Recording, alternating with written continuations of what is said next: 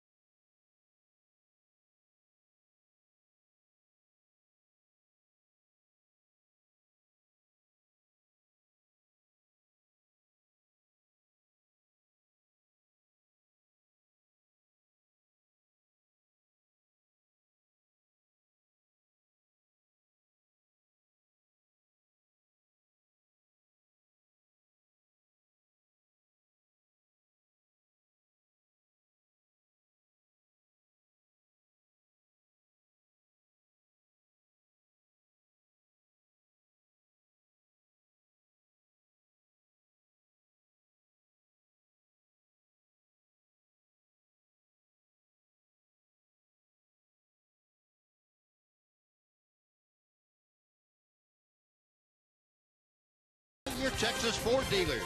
Visit your local Texas Ford dealer to kick off the summer right.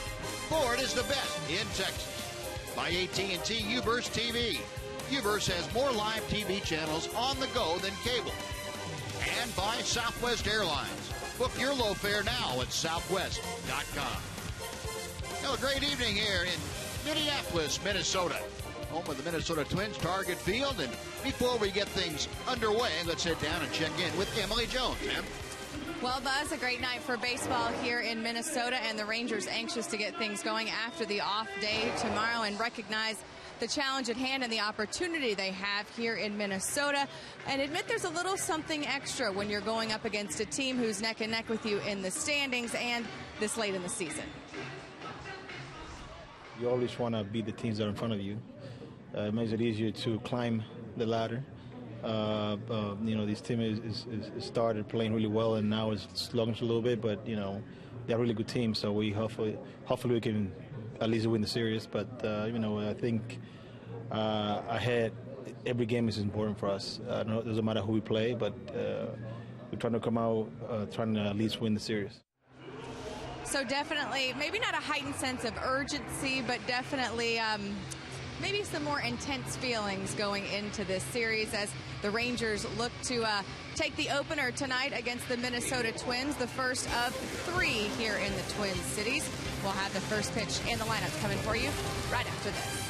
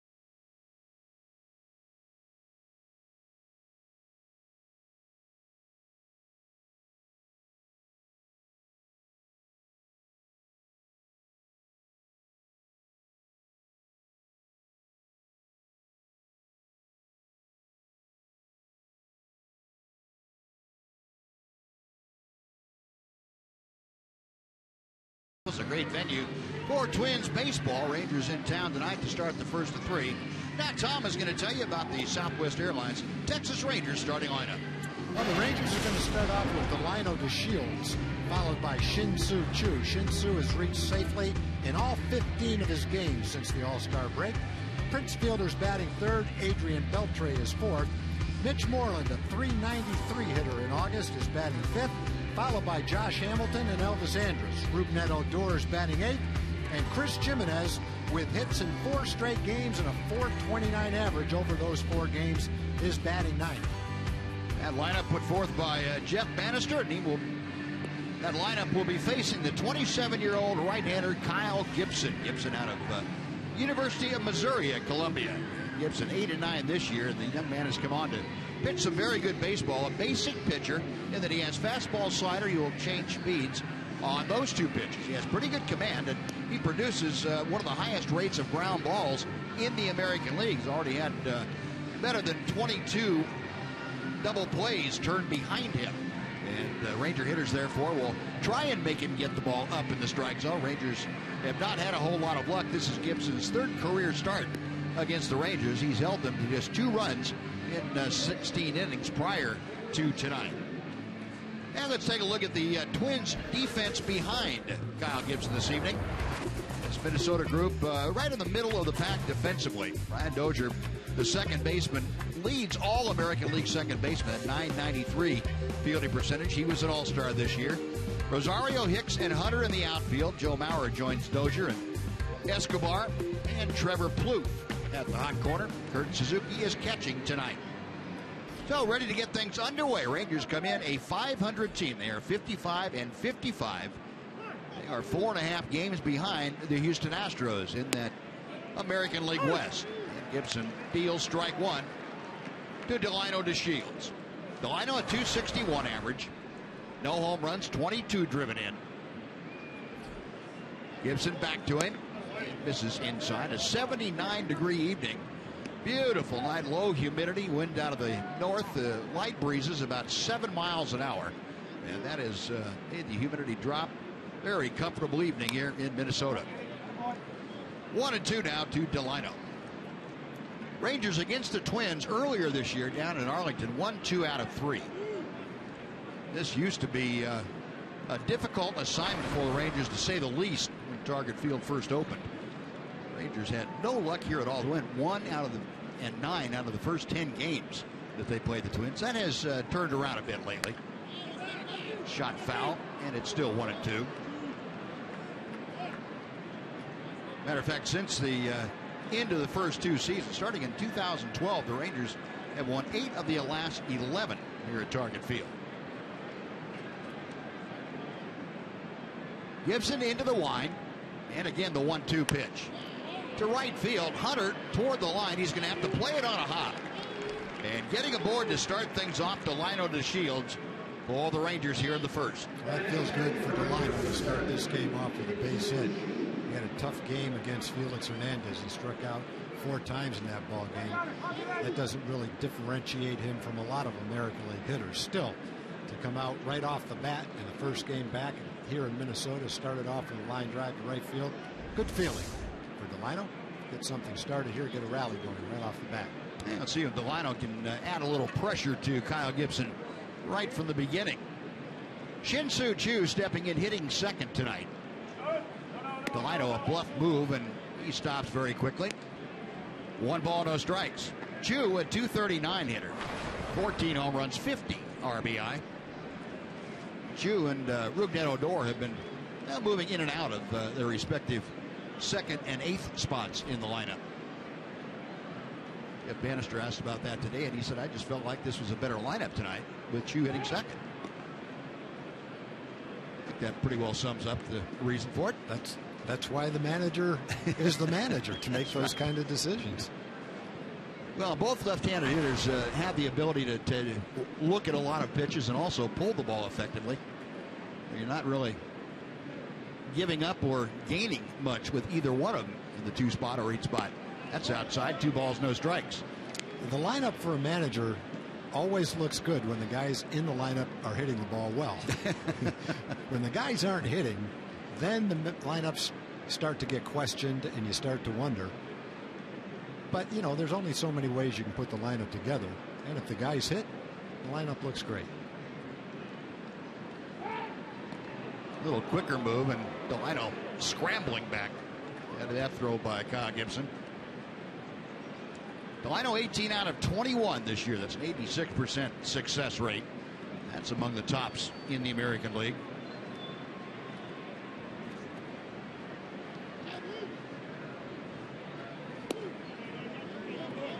And Choo taking that pitch off the outside corner. 3 balls and no strikes. So Gibson maybe paying a little too much attention to Delino DeShields at first. Maybe trying to be too fine with the pitches. I think he's trying to make that pitch that you mentioned when you said 22 double play balls. Try to throw the sinker away and get the ground ball to second. 3-0. That is right down the middle. Now, Choo hitting second, trying to join Delino DeShields on base. Prince Fielder, the DH, will follow. Rangers lost 2 out of 3 in Seattle over the weekend. Enjoyed the off day yesterday. Coming here with more or less a fresh slate. That's out of play, and the count now has gone full.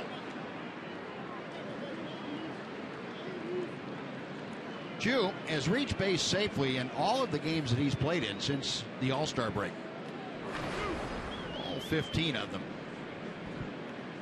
And in the starts that he's had, he has hit .333. Twins, as you can see in that overshift, Delino a pretty good lead at first. And he draws another throw from Kyle Gibson. And you would think that Delino, if he can get a jump, a halfway decent jump, would be moving on this 3-2 pitch. We'll see how the Rangers play it here in the first inning.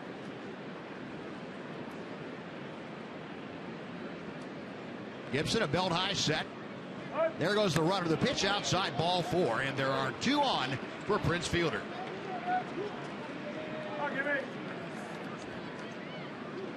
A single and a walk. First 2 Rangers reach, and now comes their hottest RBI man, Prince Fielder. Gibson has struggled in his last 4 starts. He's 0-3. He had 1 good start out of 4. His last start, though, at Toronto, a lot of people have struggled recently at Toronto, but he only pitched 4 2/3, 9 hits and 8 runs. Fielder batting .325 for the year. And he takes strike 1. Prince, the team leader, 66 RBIs, 17 home runs. Both those the tops on the Ranger club. Career against the Twins, 78 ball games for Fielder, a .297 average. And he's got Delino DeShields at second, Shin-Soo Choo at first. Rangers with runners in scoring position since the break have been good. Very good, as a matter of fact. They're hitting .293 with runners in scoring position. That's raised their season batting average some 15 points, gone from .230 to .245.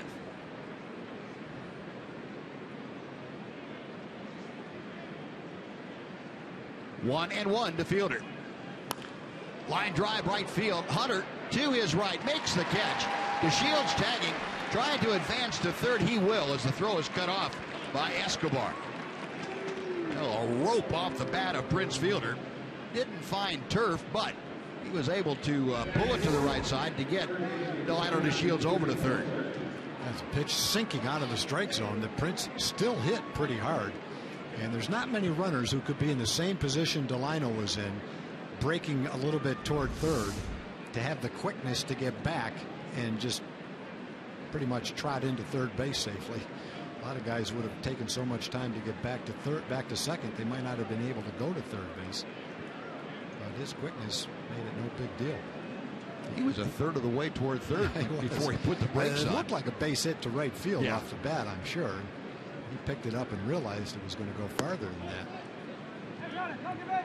Adrian Beltre taking strike 1. Here's what we were talking about. Whoops, better get back. Now he sees it, and off he goes.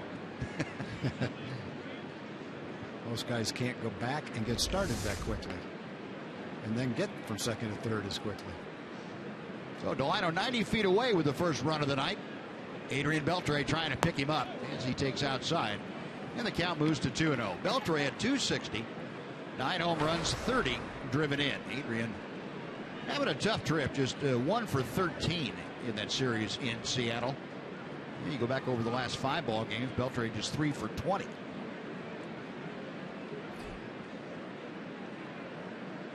Chu at first, getting the lead as DeShields comes down the line from third. Up the middle, this could be a couple.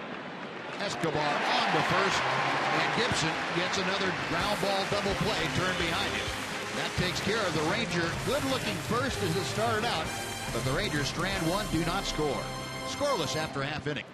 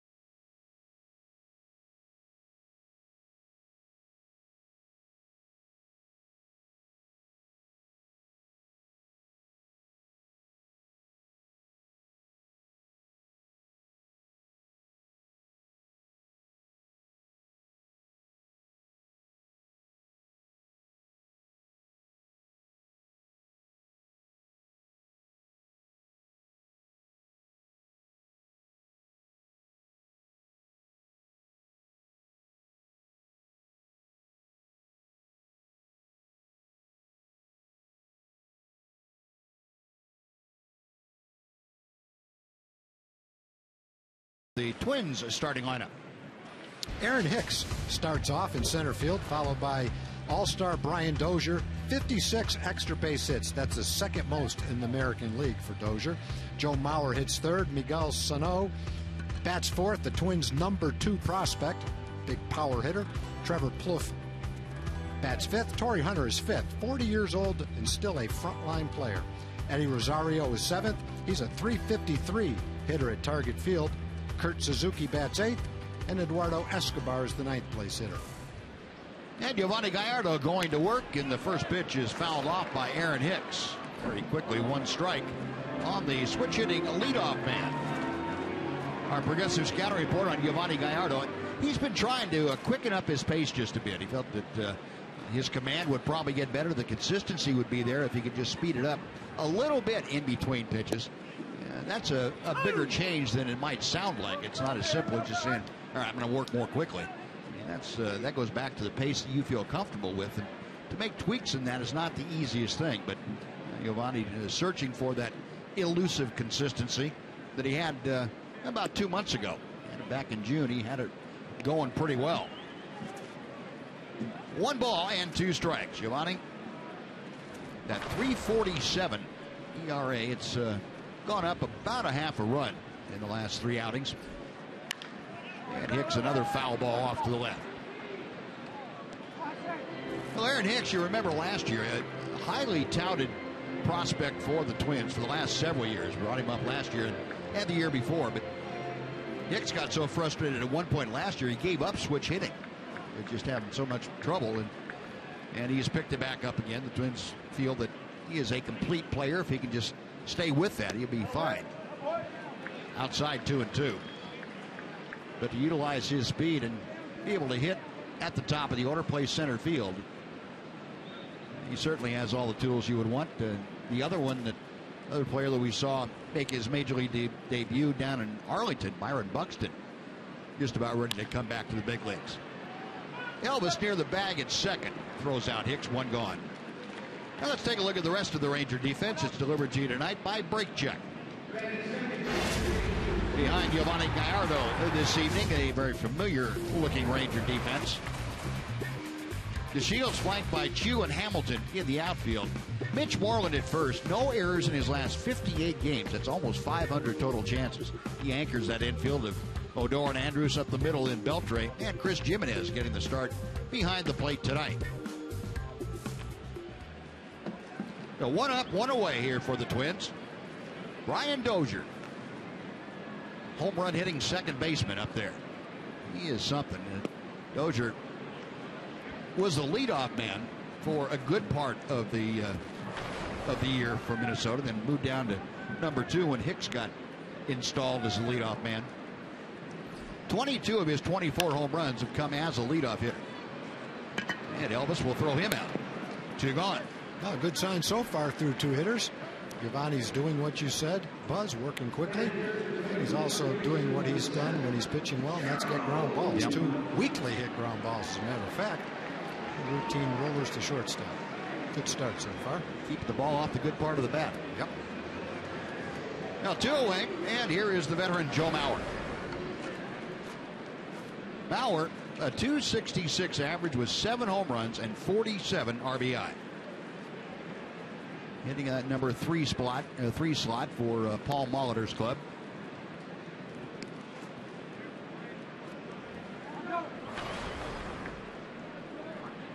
Against the Rangers, he's been pretty well bottled up by Ranger pitching. Just a .230 career average. That's the lowest that he has against any American League team. Rangers have been able to mix up going away and inside to him pretty effectively. He has hit probably more jam shots against the Rangers than against anybody. Seems like the Rangers have set him up very well, handled him on the inside part of the plate. And they go away here. Gallardo gets the strike. It's 1-2. Yeah, the other thing about Mauer hitting in the middle of the lineup is he used to walk a lot. He doesn't walk as much as he used to. And if you're a pitcher, I think you look at him and say, well, he's batting third, but he's really not a home run threat. There's no need to pitch so carefully to him that you walk him, especially in this ballpark. Yeah. The last 5 years, he's averaged 7 home runs a year. And one of those years, he only had 300 at bats. But still, the point is, he's really not a power threat batting in the middle of the lineup. Gallardo reading the signs. Now the 2-2 pitch. 3-2. Well, Mauer hitting third, trying to get aboard with 2 outs here in the first inning. Miguel Sano, a powerful young DH, waiting in the on-deck circle.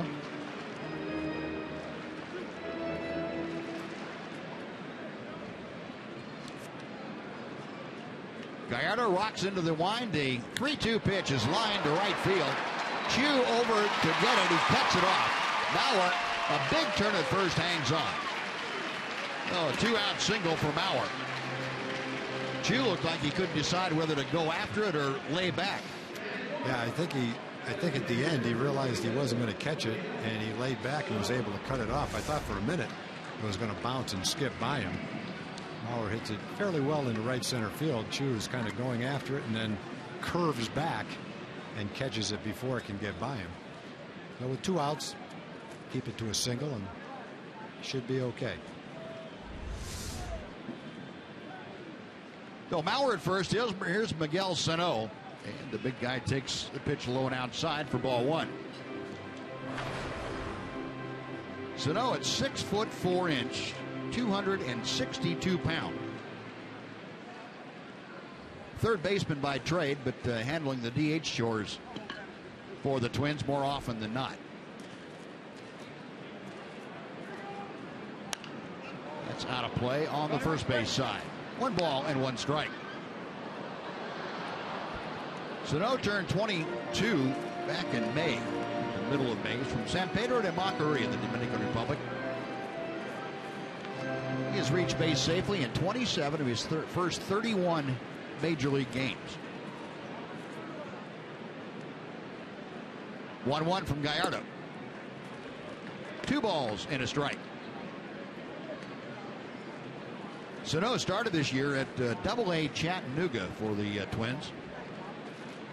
Had 15 home runs in 66 games out of AA, and Twins said that's enough. Come on up, we can use that here. That's a little bit low, and it's 3-1. And watching this young man during batting practice today, he launched some pretty impressive bolts. Now, granted, it's only batting practice, but still got to be powerful to get the ball over the backdrop in center field into that deck that is above the hitter's eye back there. 3-1 from Gallardo. Inside corner, 3-2. Sano, who was a couple of steps down toward first, will retrace his steps very gingerly. He doesn't want to make home plate umpire Dan Bellino upset. No 2 outs, a 3-2 count. Mauer will be off and moving with the next Gallardo pitch. It's on the way. Popped up, foul. That will get back into the seats.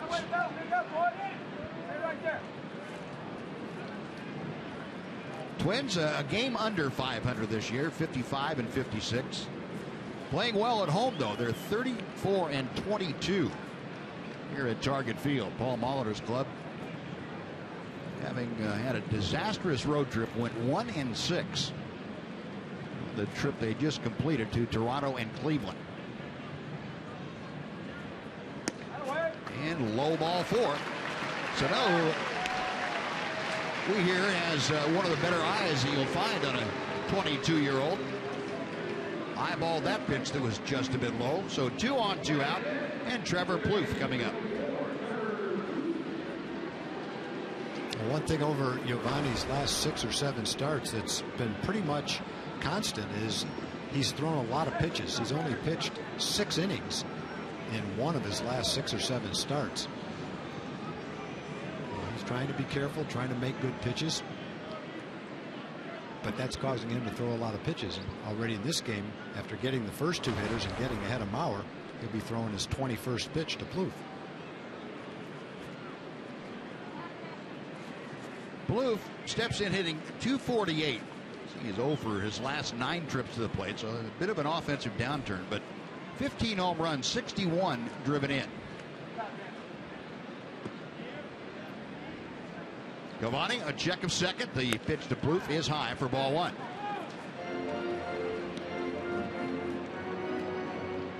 Another thing that Giovanni has had trouble doing is putting a cap on a rough inning once it got going.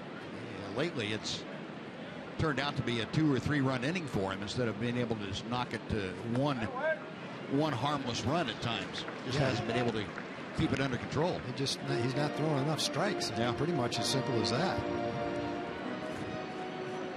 Get the first 2 hitters out in 8 pitches and get ahead of Mauer. He got a chance to get him quickly. End up with a long at bat. Get a base hit. Now walk. Now it's two balls to another good hitter. 2-1, the called strike.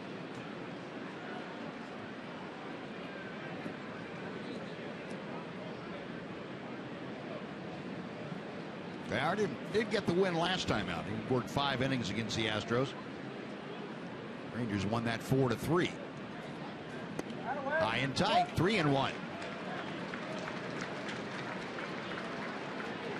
So Giovanni struggling here after 2 outs. Trevor Plouffe hitting 5th. Torrey Hunter, the veteran right fielder, will follow. Plouffe with 2 outs, runners in scoring position. Fouls that out of play. So now both base runners will have the advantage of a running start. Mauer from second, Sano from first. Ranger infield playing Plouffe a couple of steps around to the left. So you had Rougned Odor, the second baseman, close to being lined up with the bag in the mound. Gallardo ready. Runners on the move. Payoff pitch. Chopper in the hole, and Elvis has that. That will do it. Took a little more work than Giovanni Gallardo had wanted, but the side retired. No runs, a hit, 2 left. After 1, scoreless in the Twin Cities.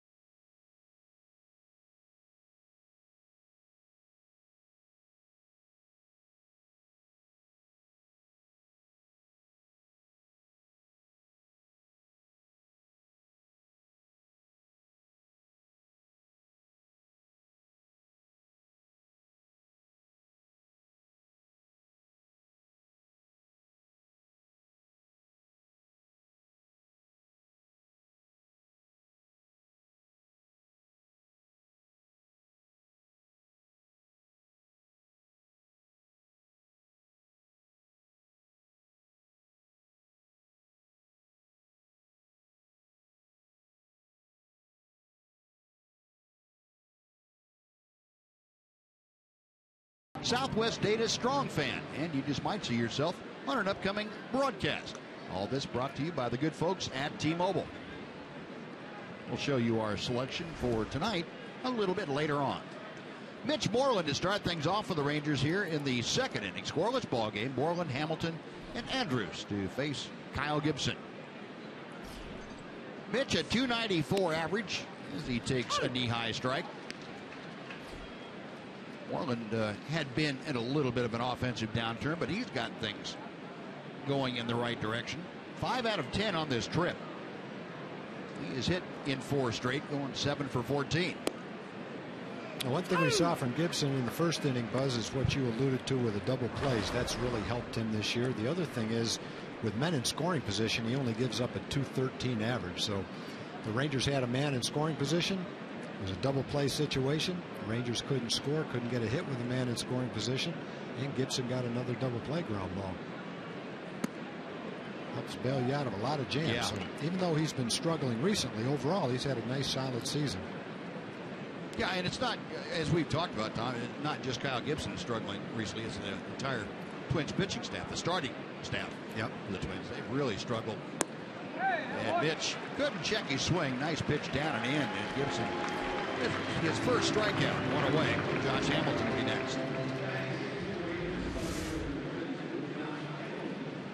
Throws a lot of sinkers, and that's a good hard slider. Good pitch. Not a huge breaker, but a good sharp breaking hard slider down and in. That's going to get a lot of swings and misses from left-hand hitters. Tough to lay off that pitch. Think it's a sinker down and in, turns into be something that drops a lot more. Hamilton takes the fastball up and in for ball one. Josh, a .250 average, 5 home runs, and 19 RBI.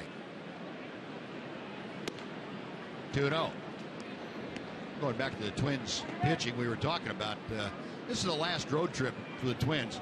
Look at these numbers. Now, the starters worked 27 innings. The relievers worked 29, almost 30 innings. The starters worked less than 4 innings a start. Yeah.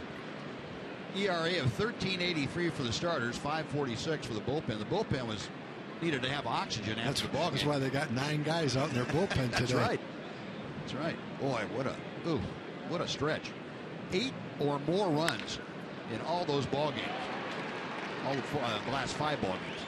Hamilton, a solid base hit to right. So Josh aboard. 1 on, 1 out. Elvis Andrus coming up. Yeah, even with the shift, with the second baseman deep and over, Josh was still able to find a hole. You see that sinker, he's trying to throw it down and in, got it up and out over the plate. Josh put a good swing on it and hit it hard into right field. No, second Ranger hit of the night. Hamilton aboard. Now Elvis comes up, hitting at .255. Elvis, 4 home runs. Has driven in 39 this year. 1 out of 7 in his career against Kyle Gibson. Gibson, knee-high strike, nothing in 1.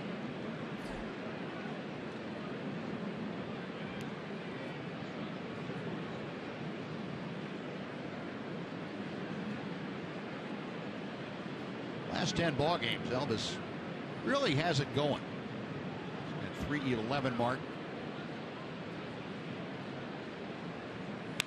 That ball's hammered to left field. Going back, Rosario at the wall. Goodbye. Elvis Andrus, a line drive home run, his 5th of the year. The Rangers on top 2-0. We've been talking about Elvis for a long time now, and the improvements that are gradually starting to take shape as the season winds down. And they're starting to happen more often now. Earlier in the year, occasionally, you'd see him pull a ball like that with authority. As time has gone on, you've started to see it more often. And over the last 3 weeks to a month, starting to see it on a fairly regular basis. There's a hanging slider right down the middle of the plate. Great pitch to hit, but instead of lining a base hit to the outfield, he lines it out of the ballpark for a 2-run Ranger lead. That's a nice development in this season. The improvement with Elvis and his ability to drive the ball to left field. He's reached a stage of his career where, you know, you start to say, okay, is Elvis what you've seen is what you get, or is there more there? And I think because of the changes that he's made and the way he's stayed with those changes, starting to see maybe there is a little bit more there. Hopefully a lot more. Odor grounds out, 2 gone. And Chris Gimenez coming up. Yeah, it's not just, you know, we've seen it long enough now, I think, Tom, but the last 3 weeks or so, we've seen him line drives to left field that he's never hit before. No. And I've got to think that's, yeah, there is more. There is that there. Can be consistently. Does that mean he's going to be a 20 home run guy? No. But he certainly has the ability to have 40 doubles. Yeah, and, you know, if he turns into a guy that hits 280 with more doubles and more home runs, maybe he goes from 4 to 10 and from 31 doubles to 40 doubles. Then he drives in more runs, he scores more runs, and he's a much more productive hitter. Right. So it's a nice development. Still a short period of time, and you want to see it over a longer period of time, but you have to start somewhere, and it's a good start. 1 ball, 1 strike to Gimenez. Chris fouls that next pitch back. They got a pretty good piece of Kurt Suzuki. Home plate umpire Dan Bellino going to go out and give Suzuki an opportunity to recuperate from that foul tip. We're going to do our shout-outs then, as long as we've got a second. I want to say hi to Jan Presley. She's the mom of Ryan Presley. Ryan stopped by to see you today, Buzz. He was one of your pupils when you were teaching pitching way back when. Ryan's on the disabled list right now with the Twins. Wants to be sure to say hi to his mom, Jan. Randy and Claudine Geisel, great Ranger fans. They travel all over to watch the Rangers. They're in Minneapolis to watch the team. They want to say hi to everyone back home, especially their niece Lexi. Have a shout out to Scary. That's right, Scary. He's a commentator, I guess you would say, on MLB.com. Follows T.R. Sullivan very closely. T.R. wanted to make sure that we wish him best, hope he's feeling better. And the last one, I'm not even going to say it. I'm going to spell it Giuapp. I don't even want to say it because I'll say it wrong. But they'd like to say hello to the Texas Rangers Women's Club. Hi to everybody back in Texas from Lou. And I'm sure everyone in the Rangers Women's Club knows exactly who I'm talking about and how to pronounce it. And I'm sorry I don't. And Jimenez gone on strikes. Now Gibson gets the punch out. But Elvis Andrus unloads his 5th home run of the year. A blast to left field with Hamilton on. Rangers 2 runs on 2 hits. Nobody left. After 1.5, the Rangers 2 and the Twins nothing.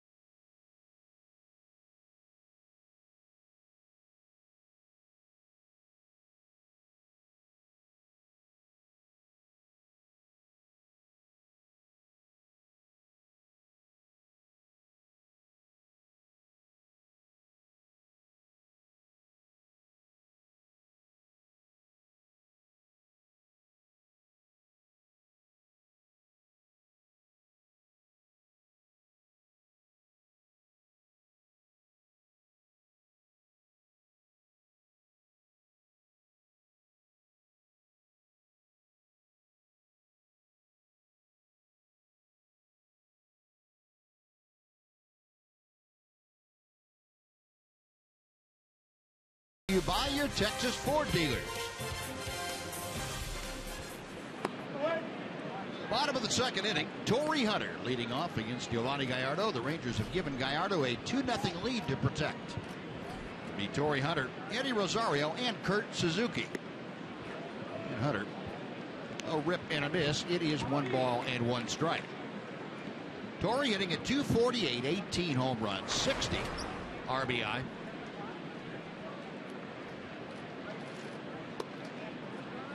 Torrey already with the most home runs he's had in a year since 2011 when he was with the Angels. That's pretty amazing. 40 years old and probably going to end up hitting 25 home runs. That's something. And he doesn't run like he used to, but he's still an excellent outfielder with a strong arm. And the thing that he's always had is presence among his teammates in the clubhouse. Yeah, and you would think this is an ideal situation for him with the young outfielders they have. Coming back to the team he started with. Sure. Behind the bag, Beltre. A full throw dug out by Moreland. He got Hunter by a stick. What a play all the way around. I thought it was a foul ball. Adrian goes into left field practically and throws an accurate throw, but a tough ball to handle because this ball bounces somewhat out in front of Mitch. And it's, again, another example of how good he is at picking those balls out of the dirt. It's just almost automatic with him over there. And Torrey Hunter. Torrey might have been thinking on his way down to first, I got a base hit. Wrong. That's what I would have been thinking.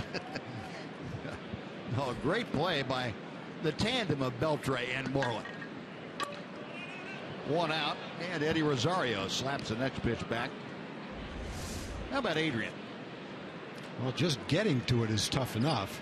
Getting something on the throw while you're going toward the stands, and then you hope that Mitch is going to pick it, and he did.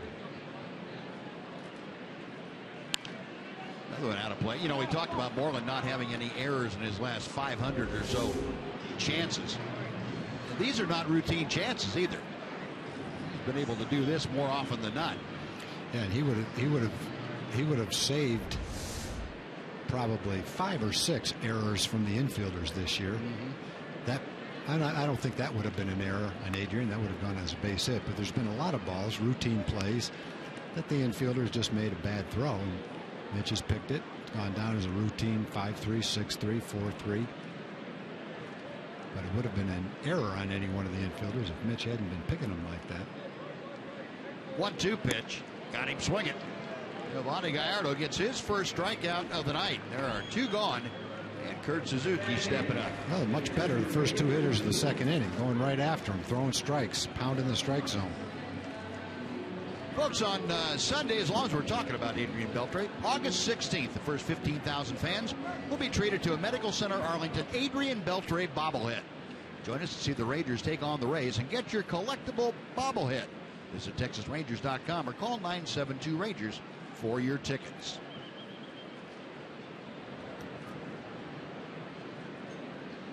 Put that bobblehead anywhere you want to. It'll pick up all the dirt around your house for you. Or whatever else needs to be picked up. Kurt Suzuki batting at .229. He's kind of come back down to a little lower level. Suzuki, you remember, had a very solid year last year. His first full year with the Minnesota Twins, he had .288.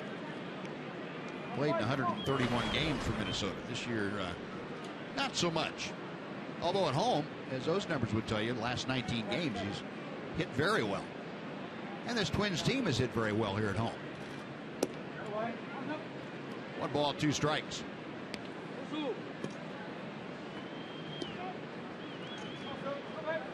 Giovanni Gallardo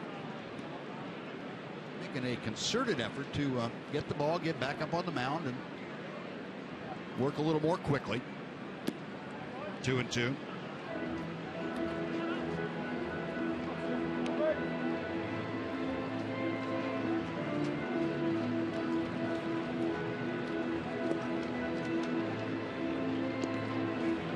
Suzuki back into the batter's box. Gallardo studying the signs, picks 1 out. Low, ball 3. Well, kind of like the first inning when Gallardo got 2 quick outs, then had to face 3 more hitters to get the final one. He's got Hunter and Rosario pretty briskly. Kurt Suzuki has run the count full. Payoff pitch on the way. Popped him up. Elvis near the bag at second. And that'll do it. It is indeed a 1-2-3 inning. Nice job by Gallardo and the Rangers. Twins are gone in order. After 2, it's the Rangers 2, the Twins nothing.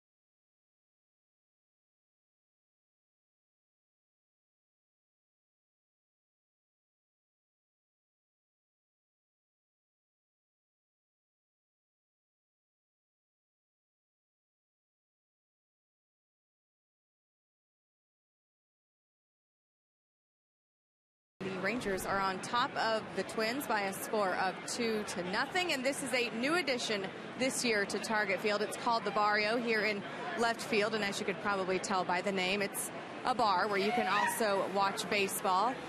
Some fans behind me, I think, want to make an appearance by screaming annoyingly, and so they're doing so. So thanks to everyone behind me for doing that. But also another very cool thing about this location is about 30 yards behind me.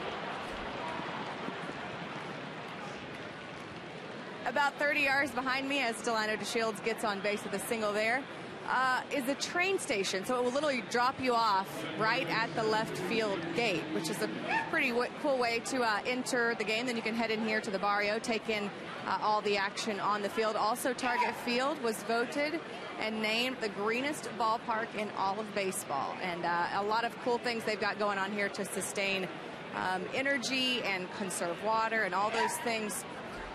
Obviously, that guy not conserving his voice, but I will tell you, a lot of stuff being conserved here at Target Field, minus that guy's annoying screams. Guys? All right, thank you. Live TV, nothing like it. No. And Delino DeShields did indeed begin things with his second hit of the night. It was a smash off the glove of Escobar, the shortstop. So Delino aboard, again, starting off an inning. Started off the first that way, now starting off the third. Here's Chu. Out of play to the left, and the count moves to no balls and 2 strikes. Chu drew a walk. That's the first time to the plate. Rangers 2 runs on 4 hits. Twins no runs on just 1 hit. It's Giovanni Gallardo.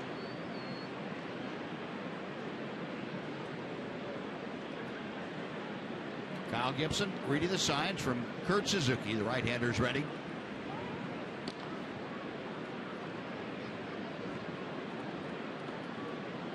Hector Ortiz, first base coach for the Rangers, with an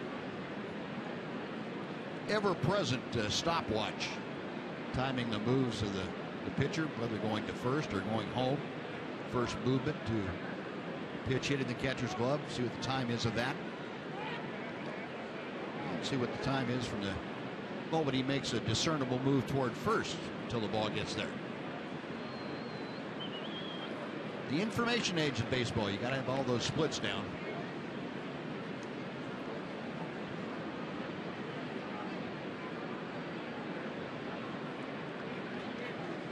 Gibson again ready.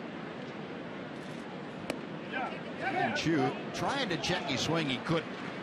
The appeal down to third base umpire Paul Schreiber, who said, no, that is a swing. Third strikeout for the right-hander Gibson. 1 gone, and Prince Fielder is next.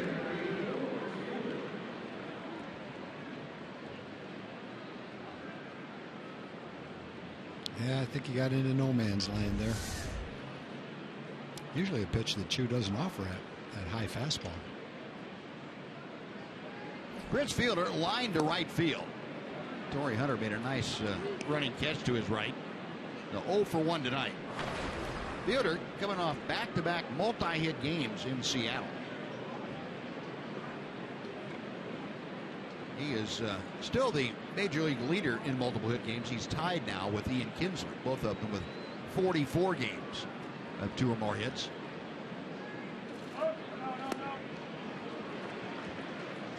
One ball, 1 strike. Delino, a little bluff move towards second on that last pitch. Infield not in an extreme overshift.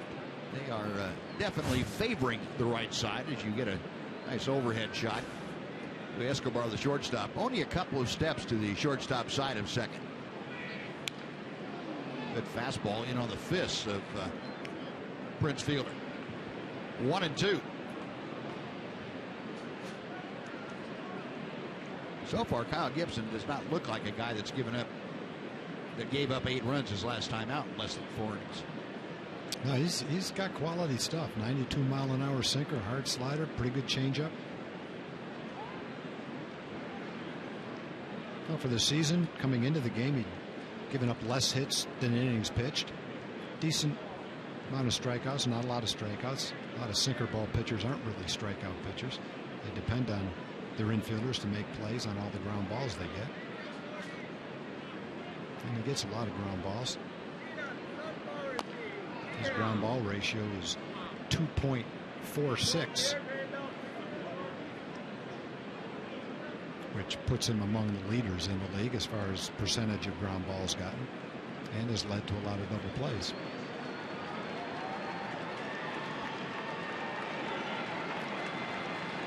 Prince walking around after that foul ball took a chunk out of his right foot. Dan Bellino, the home plate umpire, commiserating with him a bit. A ball and 2 strikes, 1 on, 1 out. He's at the top of the 3rd inning.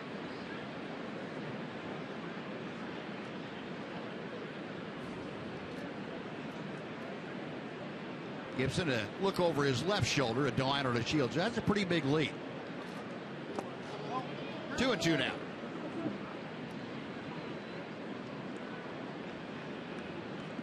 Now Fielder not only leading in multi-hit games, he's also 2nd in hits in the American League with 137. 3rd non-base percentage, 7th in total bases.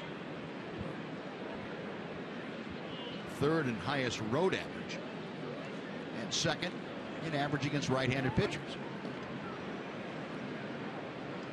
Very consistent year for Prince Fielder offensively. The first downturn that he had been 15, 18 games or so. Looks like he's coming out of that very nicely. 2 balls, 2 strikes. Little looper out toward center field. It falls for a hit. That was a great deke. He deked me, I'll tell you that. I thought he was going to catch it. Delino was completely fooled. Both Dozier and Escobar acting as if they had a play on the ball. If it was a slow run, watch the second baseman. He puts his hands up like he's going to catch the ball right here. And Delino stopped and was actually very close to first base. Obviously, he's fast enough to get to second. But had he read it all the way, he might have gotten to third. Yeah. At least kept him at second. That was pretty good. I couldn't tell where the ball was. I said, man, I thought that was a hit. Second baseman's going to catch it. No, 1st and 2nd now with 1 out. Here's Adrian Beltre for his 2nd at bat. Takes that breaking ball for strike 1. That was a good pitch by Gibson. He got it way in on the fist to Prince.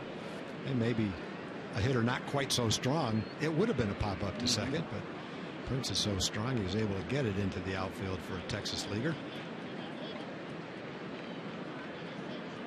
DeShields at 2nd, Fielder at 1st. 0-1, the count to Beltre. Slowly hit foul outside 3rd. We'll come back and try it at 0-2. Adrian grounded into a 6-3 double play in the 1st inning. That ended what looked like a promising Ranger start. At 1st and 3rd with 1 out when Beltre rolled into that twin killing, so to speak. Very good, Buzz. I guess it'd be the other way around, but that's okay. I know what you meant.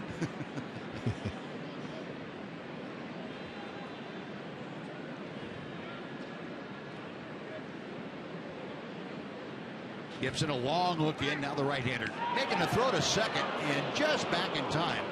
Delino DeShields, a timed play with Dozier breaking to the bag. And it looked like he was breaking as soon as Gibson started into his stretch motion. And Gibson knew that he would be breaking, so he wheeled and threw and almost got Delino.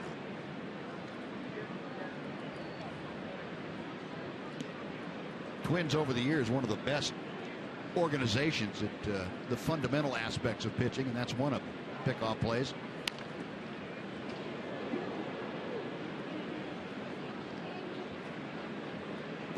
A couple things you always knew about Twins pitchers that came to the big leagues. They knew how to field their position, and they always were able to throw a good breaking ball for a strike. Yep. And they did throw strikes too. Yep. And back Brad Radke and all those guys, they all threw a lot of strikes. Still 0-2 to Beltre.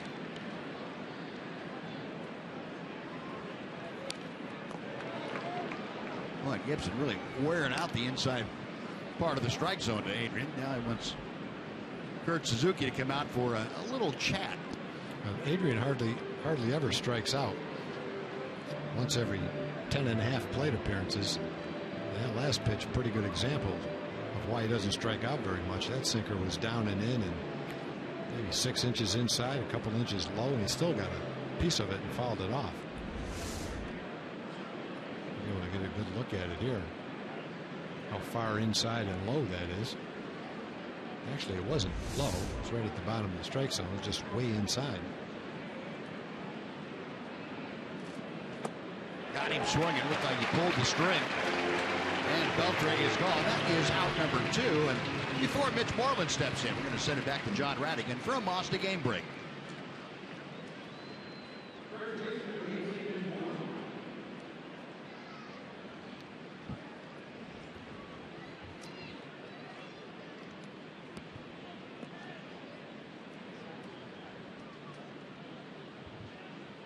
All right, John, thank you.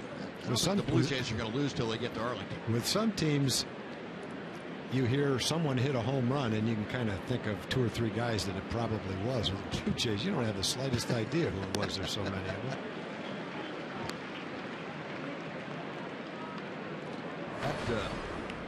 We said when the Rangers played in Toronto, middle of the year, July, that the Blue Jays really had a pretty good lineup, but just hadn't lived up to their potential. They're living up to their potential now. Yeah, and even back then they were among the leaders in runs scored. Right. They're definitely the leader now. Fastball inside to Moreland. 1 ball and 1 strike to Mitch.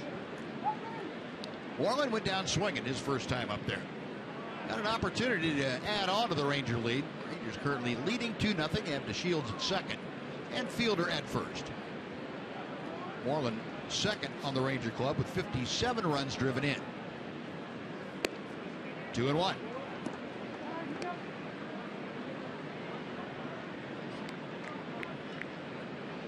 Mitch, in these situations, runners in scoring position, been one of the hottest Rangers. And this goes back to the middle of the early part of June. He has gone 18 for 49. That's a .367 average.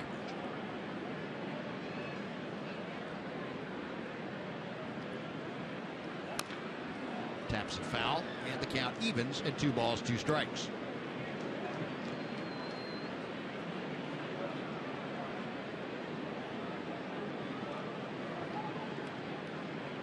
Mitch came in with a .294 average. It's good for 16th in the American League batting race. 4-game hitting streak, as we mentioned, a 7 for 14 4-game streak. Now the 2-2 coming. 3-2. He's coming close on all those fastballs that he's trying to get into the left-hand hitters. He's not getting the call. A couple of times he's just missing. He's definitely making the hitters aware of that pitch, which probably affects how they swing at his other pitches. So with 2 outs now, both Delino DeShields and Prince Fielder will have a running start. Kyle Gibson sets at the belt. Payoff pitch on the way. Got him swinging. Gibson ends up striking out the side in between a couple of base hits. Rangers strand 2.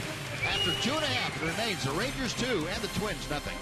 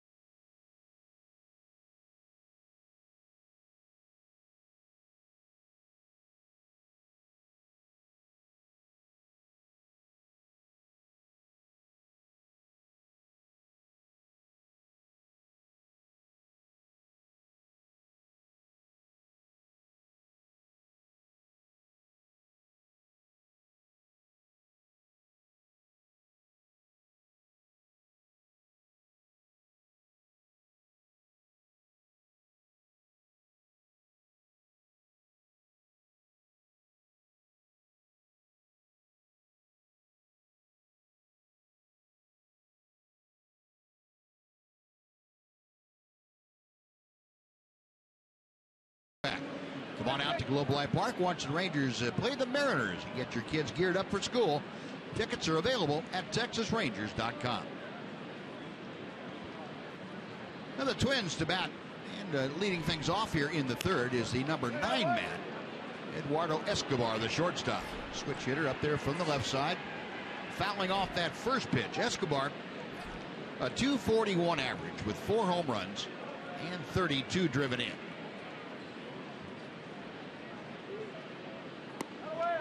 Gallardo just missed that pitch a little bit low.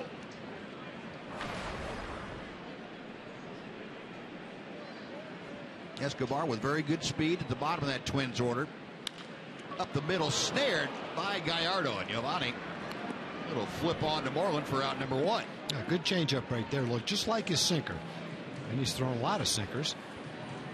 And this one, looking just like one, caused Escobar to hit it right off the end of the bat. Softly back to the pitcher's mound.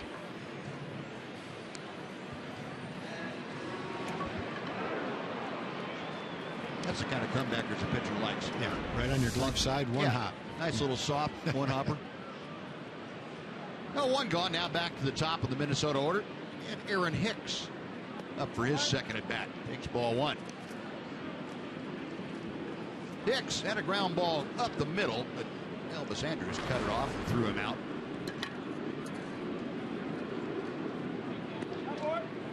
Two balls, no strikes. Hicks, one of those switch hitters that is more dominant from one side as opposed to the other.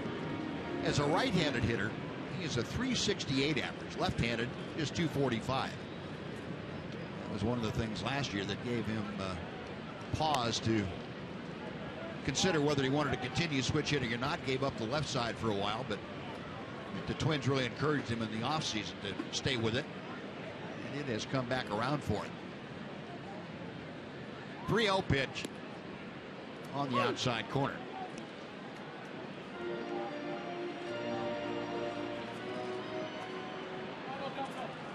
Hicks overall a pretty good on base percentage, .342 coming into play tonight. Lines one, Odor up on his tiptoes to make the catch. 2 gone. It's one of those as an infielder. It's got a little bit of top spin on it. You're ready to jump. Turns out you don't have to jump quite as high as you thought when you start your jump. Get off the ground just in case, so you don't jump too late. You can always put your glove down lower. Now 2 away. Now 6 straight retired by Gallardo. Here's Brian Dozier, also grounded out to short in the first inning. Takes that cut fastball outside for ball 1. Dozier at .247, 58 runs driven in. Awfully good production for a guy who plays second base and spent most of the time leading off this year. Dozier pinch hit in the All-Star game and hit a home run. This one's popped up. It'll stay in play. Mitch Moreland right behind the coach's box waiting for it to come down. Puts it away, and that'll do it. Another 1-2-3 inning for Gallardo. Twins gone in order. We have finished 3 in Minneapolis. 2-0 Rangers.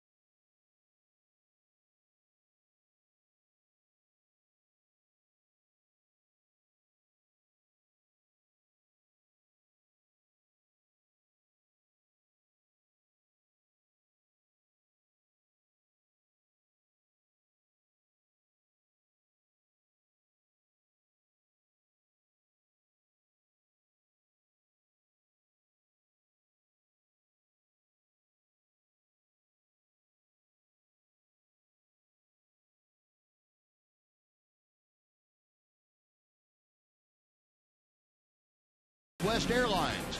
Book your low fare now at southwest.com. And by Mazda. In every car we make, you'll see why driving matters. Beautiful shot of the skyline downtown Minneapolis, Minnesota.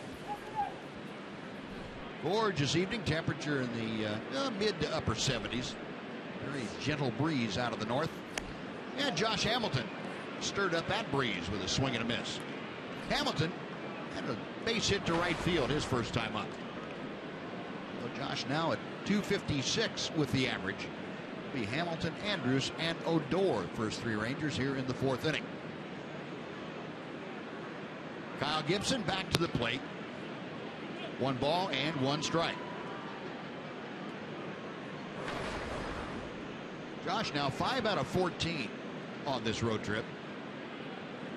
See the last 4 ball games. Josh at 353. Little tapper, going to be a tough play. Gibson off balance throw and just did get it. That is a very athletic play by a guy that's 6'6".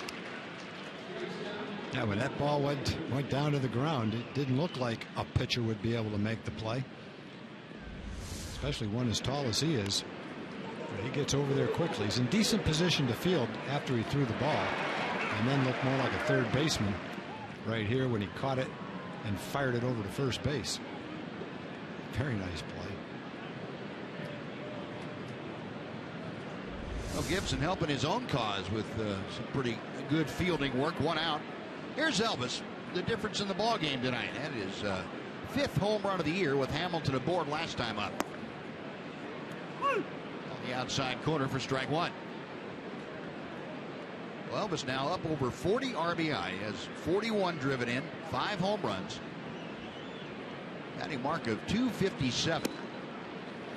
When Elvis first got to the big leagues, people tried to compare him to other shortstops, who he might be like. And the one name that you heard a lot of people who knew him say was Edgar Renteria. Renteria got to the big leagues when he was about 19 as well.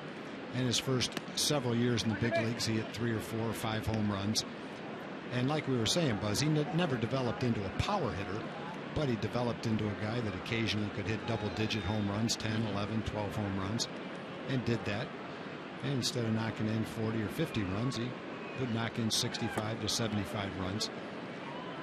And so if that was the guy that Elvis was compared to, got to the big leagues at about the same time, hopefully that's the kind of guy he's developing into. Yeah. Not a guy who's going to hit 20 home runs, but if you go from 4 to 10 or 11 or 12, that's a pretty nice improvement.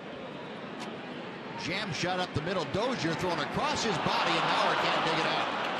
Well, there's a difference between Mitch Moreland and other first basemen. Exactly. Mitch picks that ball probably 90% of the time and saves the infielder an error. Joe Mauer didn't pick it that time. I don't know whether it's an error or a base hit, but it's a ball that bounced and probably should have been picked. Could have been picked. Let's put it that way. I won't say should, but could have been picked. And Mitch has already picked one just like it. Yeah, that's going to be a base hit for Elvis. So he's 2 for 2. Yeah, I agree with you 100%, Tom. That's invaluable to have a guy over there at first base that has a good glove like Mitch does. Yep. So 1 on, 1 out. Here's Rougned Odor. Rougned grounded out to second base in the second inning. And he takes a knee-high strike, 0-1. Odor brings in an 8-game hitting streak. Those 8 ball games. Odor almost a 500 hitter, 16 for 34. That's a 471 mark. He's gone 7 for 12 on this road trip. 1-1. Just taking a quick look at Edgar Renteria. And the other thing he did a couple of times was hit 40 doubles. You mentioned that Elvis could become that kind of a guy to hit 40 doubles. And probably frequently was well above 30 and 35, 37, right around there. That's perfectly within Elvis's capabilities. And his keystone combination mate, Rougned Odor. You saw our Ford leaderboard comparisons against Odor's against the second baseman around the American League. And Rougned with the average since the All-Star break, second among second basemen. Home runs, he's tied for third. RBI tied for second. And he's first in slugging percentage. 2-1. That evens the count. Yeah, and Renteria, for a number of years, was really one of the sought-after pieces by good clubs that needed just that one extra. Yeah. And the Giants picking him up that one year. They needed the one key guy in their infield. He was in his career. That's exactly what he was. 2-2 pitch to Odor. Now the count fills. Now with one out, we'll see if Elvis Andrus takes off with the next pitch. 3-2 to Rougned. Chris Jimenez waiting in the on-deck circle to follow Odor.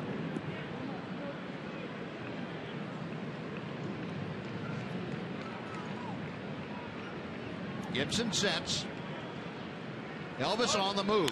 Payoff pitch fouled back. We'll reset and try it again. The Rangers haven't used the stolen base as a weapon as much as they did a little bit earlier in the year. They're still fourth in the American League with 66 stolen bases. Jeff Banister's not had his base runners in situations where they could prudently run as often of late. Been hitting the ball so well, you didn't want to slow a rally down by taking a chance of having somebody thrown out.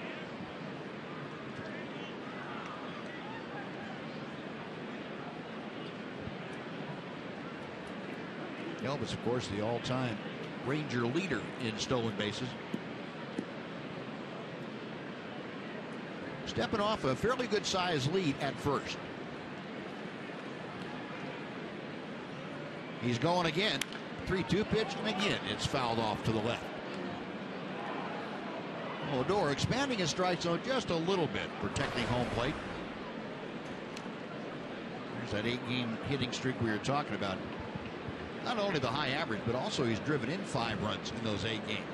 Getting it all done. And I think that one statistic that kind of amazed you since the All-Star break, best slugging percentage of all the Rangers, 636. Again, Elvis on the move, and another pop-up foul. We'll see if that reaches the seats. Plouffe going over on the run, can't get there. It bounds once and then back into the seats.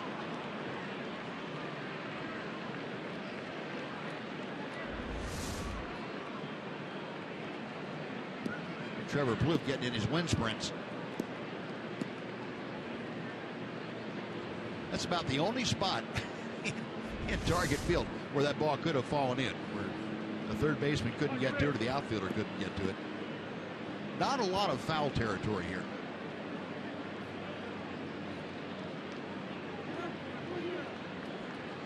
Again, Gibson reading the signs, trying to get Kurt Suzuki to recycle them one time. 9th pitch of the at-bat coming up to Rougned Odor.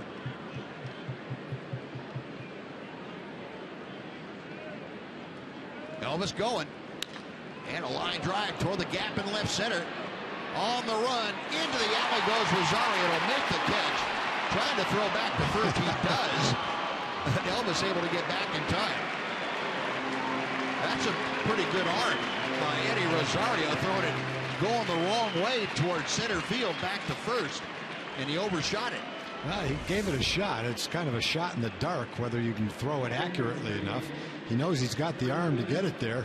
Well, he just launches it. And if he got lucky and that ball landed right on first base, he would have had him at first base. Sure would have. Would have had a highlight reel play. Pretty hard, though, to throw it accurately to a guy standing still on first base that far away, moving in that direction like that. Bill Elvis back at first with 2 outs now. Chris Jimenez stands in against Kyle Gibson. Jimenez a strikeout his first time up. 1 ball, no strikes. We've talked about it. We talked about it a lot in the series in Seattle. Jimenez and Bobby Wilson, what a job they have done as a tandem behind the plate for the Rangers. Both of them 4-game hitting streaks. Driving in runs. There's Bobby. Jimenez 6 for 14 in his 4-game streak. Now 2-0.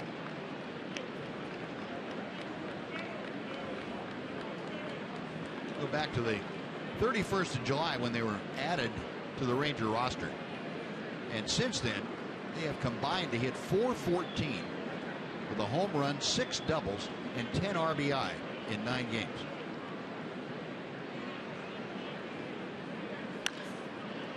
To right field, retreating to his right, Torrey Hunter. And that will do it. Rangers get a hit from Elvis Andrus, but stranded. We finished 3.5 in Minneapolis. The Rangers 2 and the Twins nothing.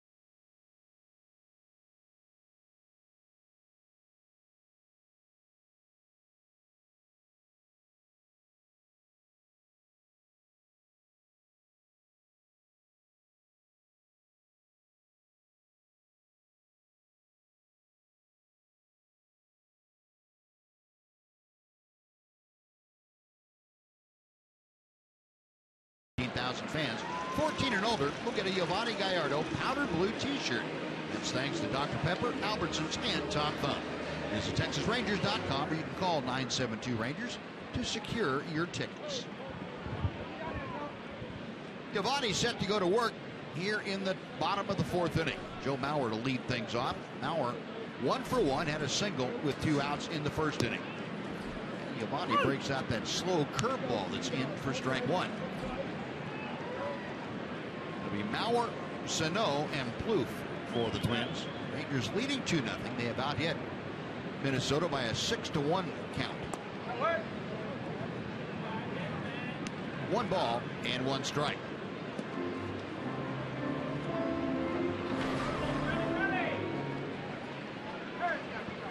Mauer now 7 out of 13 in his career against Yovani Gallardo. Couldn't quite get on top of that high fastball. It's 1-2.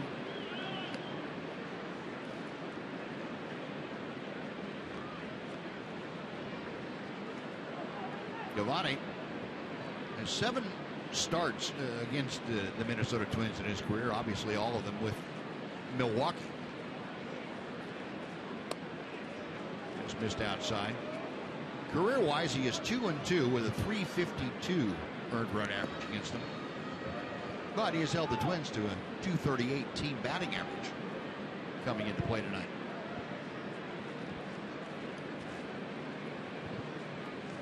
The 2-2 pitch. Try it again as Mauer shoots it out of play to the left. Mauer's big year, and it was well timed, was 2009 when he hit .365, hit 28 home runs. The only time he's hit more than 15 home runs really in a year was that year, and drove in 96 runs. The only time he's ever driven in more than 85 runs. He rolls over on this one, a nice 2-hopper out to Odor. That is out number 1. Miguel Sano will come up. Folks, Fox Sports Southwest would like to welcome Cole Hamels to Texas. Celebration. Get 2 Lexus Club Terrace or upper box tickets to any game in August, excluding August 15th, for only $35. Just log on to TexasRangers.com. Use the coupon code HAMILS and get your tickets today. In case you hadn't heard the news, Cole pushed back from his start that was scheduled for this Thursday. He will now pitch at home in his regularly scheduled next starting assignment.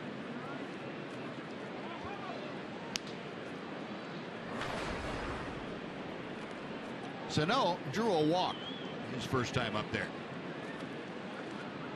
Big man, a .264 average. Beltre across the diamond. There are 2 gone. That is 9 straight now sent down by Gallardo and the Rangers. It really seems, Buzz, after he came out after the first inning, that it has been on his mind, what you mentioned earlier, to work quickly, but also to pound the strike zone. He got a little bit too careful, it looked like, in the first inning. Got ahead of Mauer, worked the count, Mauer worked the count, got a base hit. Then he walked Sano, threw a few pitches to Trevor Plouffe. But then when he came back out in the second inning, since that time, been a lot more strikes. Pitch count looks a lot better. So that's good to see. Yeah, it is. Mike Maddox has known Giovanni since Giovanni came up to the big leagues with Milwaukee. Mike has an understandable affection for the way Giovanni goes about working. Inning by inning, you see that first inning was not what Giovanni wanted at 27 pitches, but since then, as Tom told you, much more economical and effective. He's retired 9 straight. This is low and outside. It's 2-1 down to Plouffe. Plouffe had a ground ball to short, ending the Twins' first inning. Yeah, the Rangers need Giovanni to pitch 6 innings and many times at least into the 7th inning. The ball's hit well to right center field, but Chu and Delino DeShields over there. Shin-Soo Choo makes the call on the catch. That will do it. Another 1-2-3 inning. That is 10 straight now sent down by Gallardo. We've finished 4. Rangers by 2.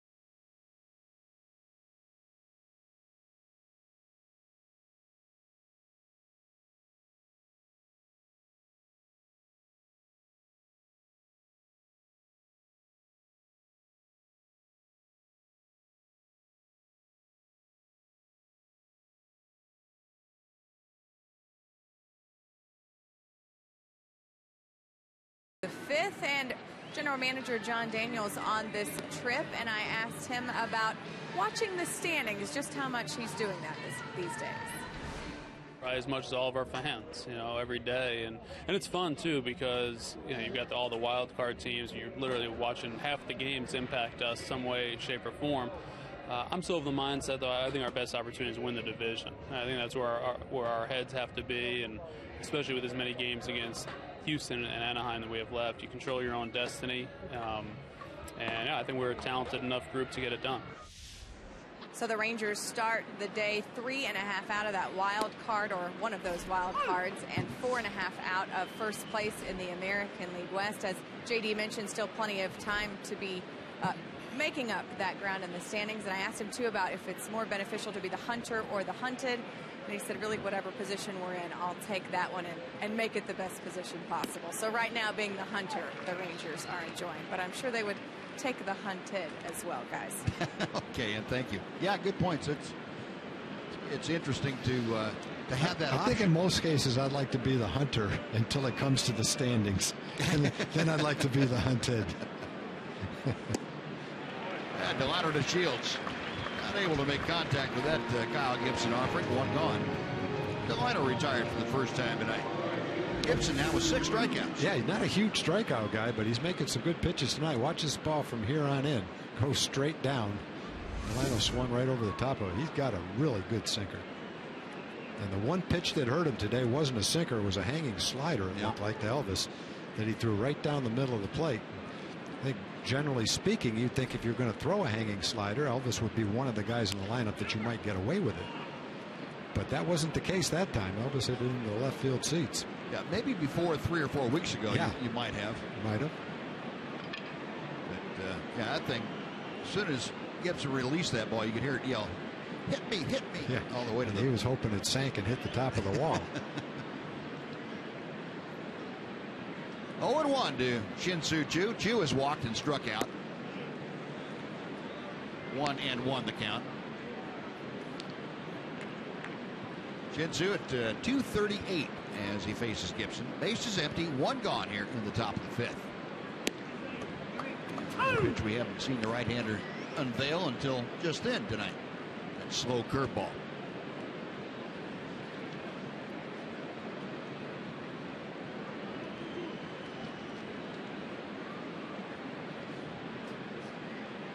Gibson to the line. The 1-2. That evens things up. Choo now 2 out of 9 on the trip. He scored a couple of runs. Again, he has the second highest average on the Ranger club since the All-Star break. Dozier on to Mauer, 2 gone.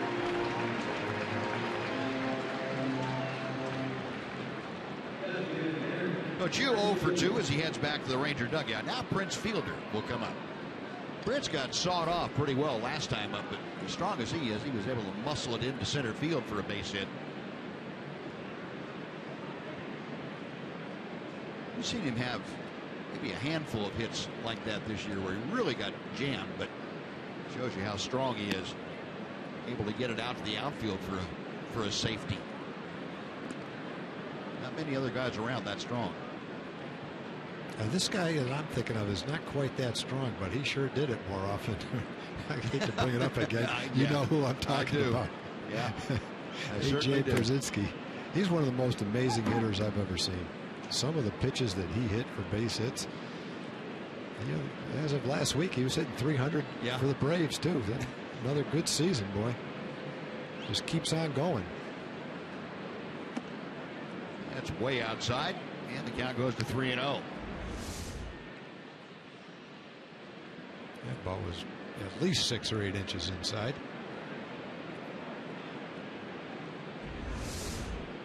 That was one Delano headed back to first base. He got faked out by Brian Dozier, the second baseman. Sure did. A base hit the other way, and Prince Fielder with another multiple hit game. That is 45 now this season.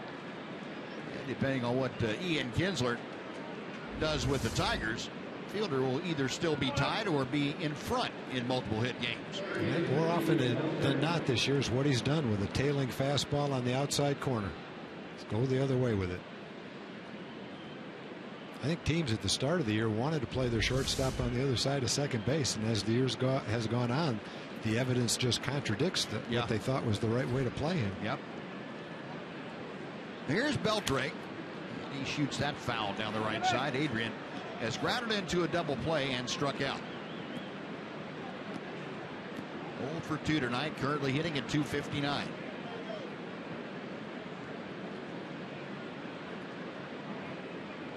Rangers with 7 hits now. As Prince Fielder looked like he had something in his eyeball.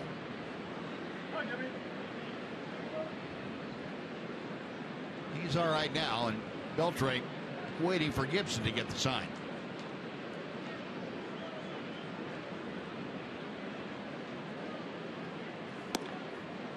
On the inside corner. Well, Gibson has really worn out the inside part of the strike zone to Adrian tonight. It just steadily stayed there.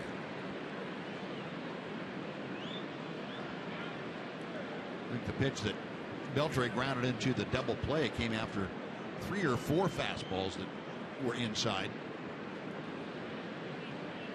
Now the 0-2 coming. Another one in there. Well, a guy that has a good sinker like Gibson does, very few hitters are going to be able to do much with that pitch if they do swing at it. Pitch down and into a right-hander that's moving that way. Pretty hard to hit it in the air, that's for sure. I would think it's pretty tough to keep fair for most guys. Yeah.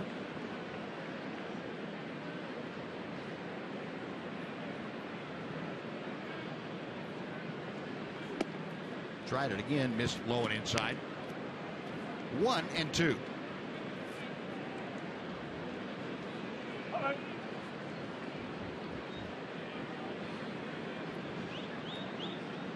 Talking about Beltre having a little rough stretch here. You go back over the last 26 games, he's hit over 300, 301 to be exact.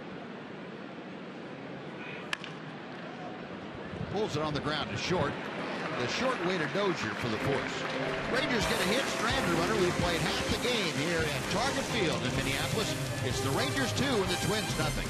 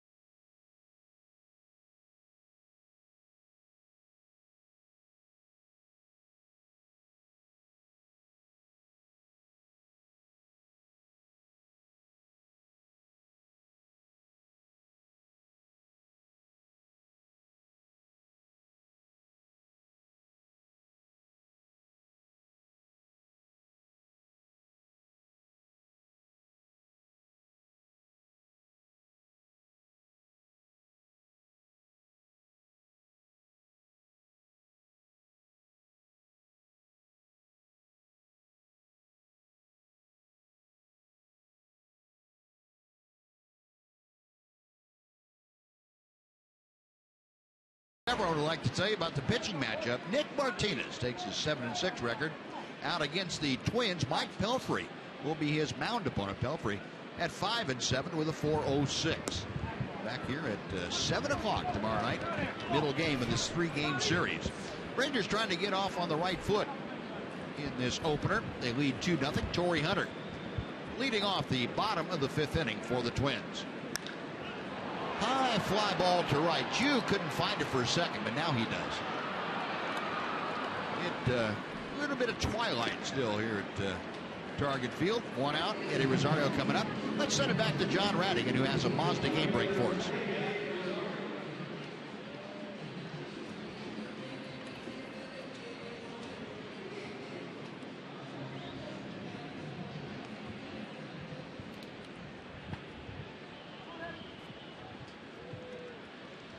Wow, thank you, John. I'm jealous.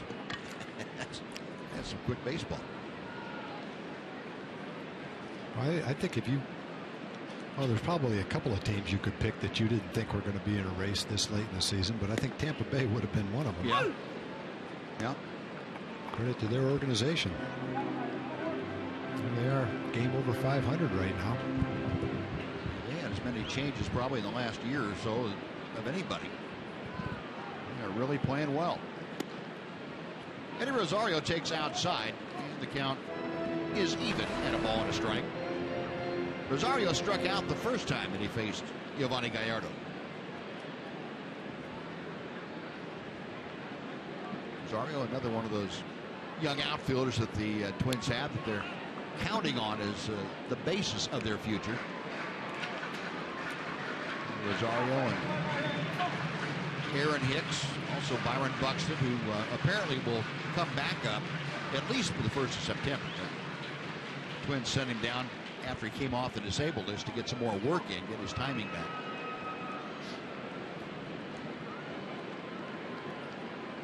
The 1-2 pitch. Slapped the other way. Elvis a jump throw, and he can't get enough on it. Rosario gets down that line pretty well, and Elvis, something didn't time out correctly for him. He didn't get as much on that throw as we've seen before. Yeah, he knew he had a fast runner, and he knew he didn't have time to take his time and jump and throw. He was trying to do it all as quickly as he could. And it didn't matter how he did it. He wasn't going to get Rosario. That might have been one of those balls that Mark McLemore talks about getting a palm ball and trying to throw it, the ball didn't come out. Didn't come out right. Could have been. Well, that snaps a string of 11 straight retired by Gallardo. 1 on, 1 out. Kurt Suzuki, who popped out to short, will now step to the plate. Suzuki hitting 8th in the order.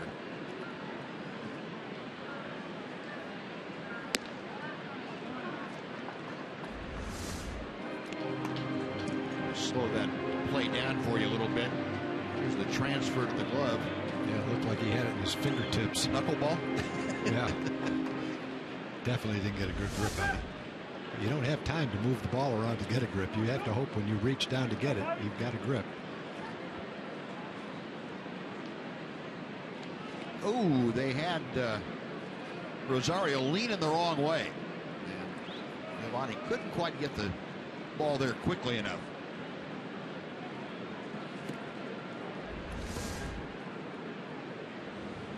See Rosario take that false step towards second. He was picked, but Yovani couldn't get the ball to Moreland in time. Yeah, he got him again. And this time he doesn't get back there. Well, Rosario said, I didn't believe it the first time. Now I believe it. Yeah, he must have said to himself, okay, there's his pickoff attempt. He's not going to try it again. I'll get a good jump and go this time. And Yovani said just the opposite. I almost had you the first time. I'll get you this time. And Paul Molitor, who had more than 3,000 hits and 500 stolen bases in his Hall of Fame career, that may be a look of disbelief on his face. I mean, once you see the guy, he's got a decent move. He's keeping you close. You have to be careful. Yeah. He looked at it just the opposite. Right, there's your one shot at me. The first time he had a little head movement and shoulder movement towards second base. That time his whole body moved, and it was more difficult for him to change direction and get back to first base. Didn't have a chance. Admits the easy tag down there that time.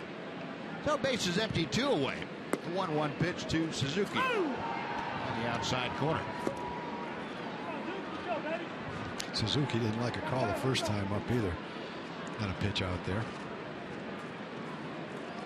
Pitch the first time up was in that same area of being outside or on the corner, but it was even lower than that.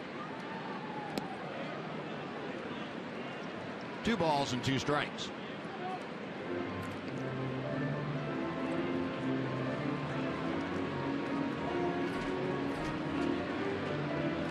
Yovani, a total of 75 pitches tonight. The strike to ball ratio getting a little bit better. 41 strikes, 34 balls. Still not where Yovani would like it, but getting there. Into the wind he goes to the 2-2 pitch.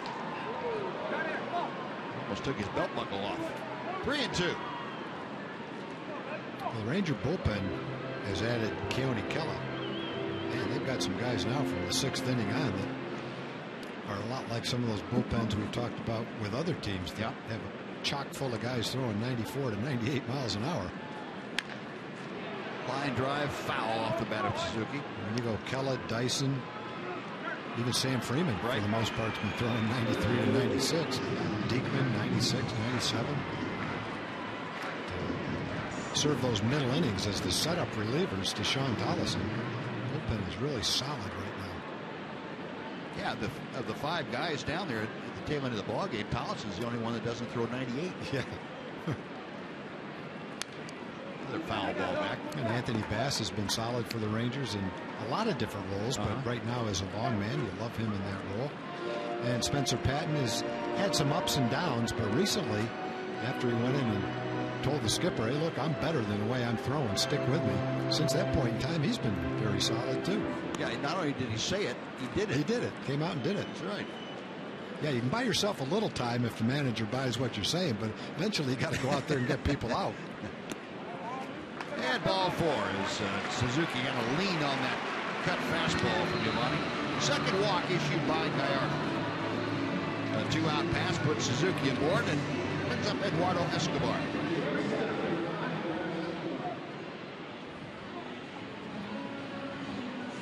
Escobar tapped right back to the mound his first time up.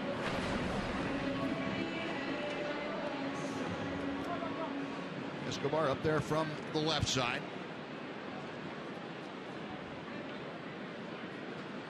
Switch hitter is better left-handed than right-handed. He's 264 as a left-handed hitter, 200 from the right side of the plate. 1 ball, no strikes. Gallardo, that was his 80th pitch of the night. Very comfortable evening, not hot by any means. Giovanni probably will have plenty left in the tank. Now, while we have a moment here, we'd like to show you tonight's Kubota Power Stats. How about Johnny Cueto last night? Against the Tigers for Kansas City, his first home start at Kauffman Stadium. His 6th complete game shutout of his career as he blanked the Tigers on 4 hits, I believe it was.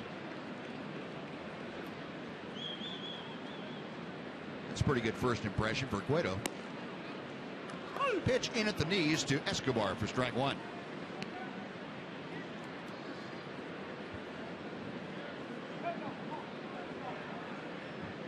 Suzuki, the runner at first.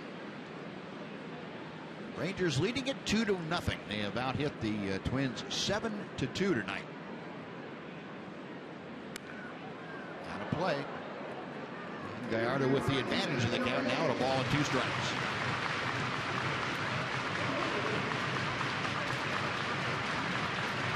Kind of like to see Giovanni get out of this inning and get the Rangers through the 6th inning.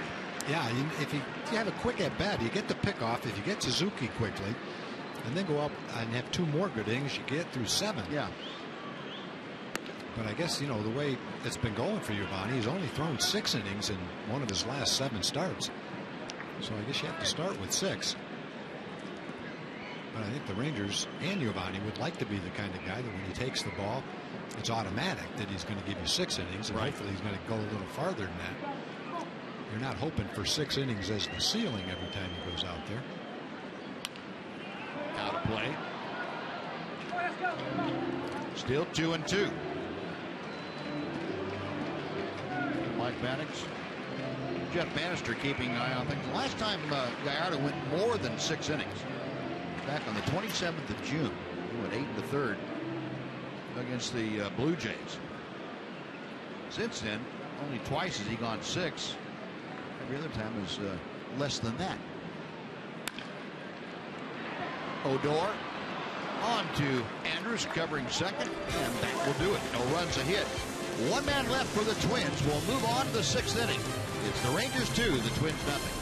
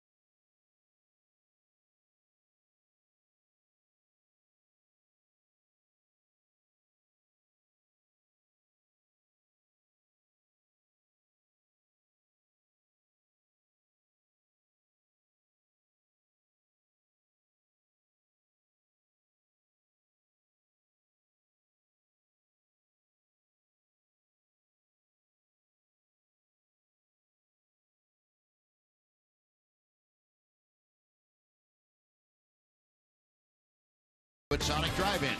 If a Ranger hits a home run during this inning, Pat Youngblood from Copper Canyon, Texas, will win $700. And if a Ranger hits a grand slam this inning, Pat is going to take home $25,000. You can register at any participating Sonic restaurant. Pat, hang on here a second. We've got Mitch Moreland, Josh Hamilton, and Elvis Andrus coming up. You've got a pretty legitimate shot at winning our Sonic Slam. Mitch Moreland struck out both times, and he has faced Kyle Gibson here tonight. Gibson with 6 strikeouts through the first 5 innings. Misses outside for ball 1. Mitch with the 0 for 2, now batting at .292.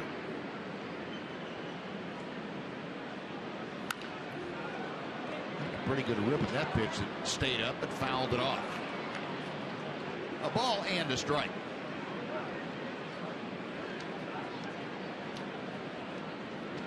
Moreland now 1 for 5 in his career against Gibson.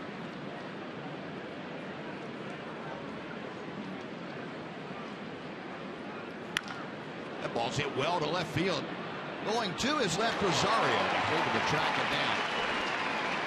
Well, he caught that right in the top of his glove. He almost went right by him. That was a shot that was hit at him. Went a little farther than I think he thought it was going to go.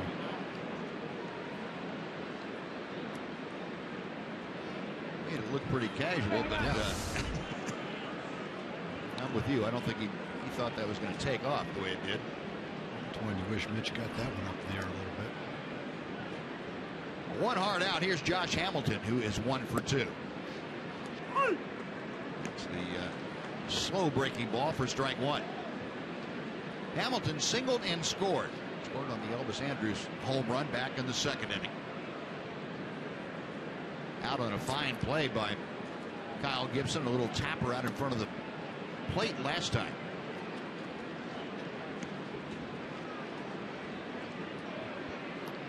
Kyle Gibson now approaching the 100 pitch level. And, as a result, there's some action going out in the Twins bullpen.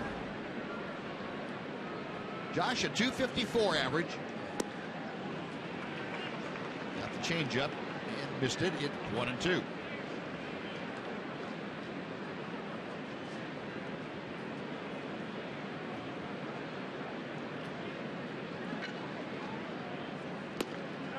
Laid off that changeup. 2 balls and 2 strikes. Casey Fiend, the right-hander, loosening in the Minnesota bullpen.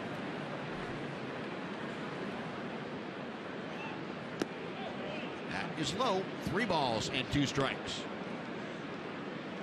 Well, Hamilton trying to get aboard with 1 out. Elvis Andrus is waiting. Elvis, the supplier of both Ranger runs tonight on that 2-run home run.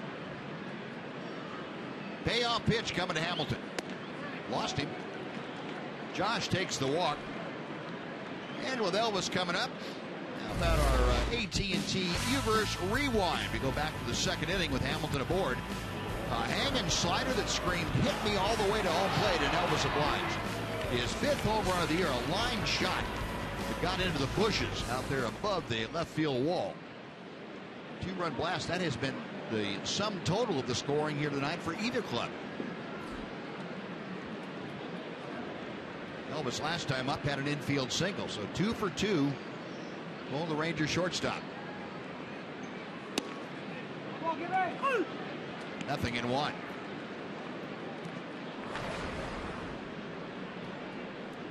Elvis now with at least 1 hit in each of his last 3 ball games.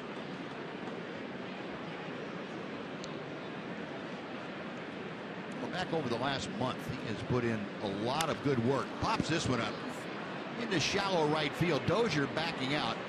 Coming on is Torrey Hunter, makes the call on the catch. Out number 2. So Elvis retired for the first time tonight. 2 gone. Rougned Odor will be next.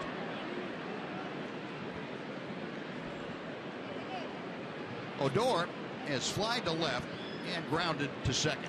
0 for 2.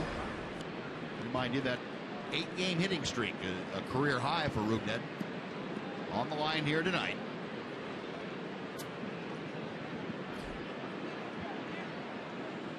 An 8-gamer, the 4th longest active streak in the American League.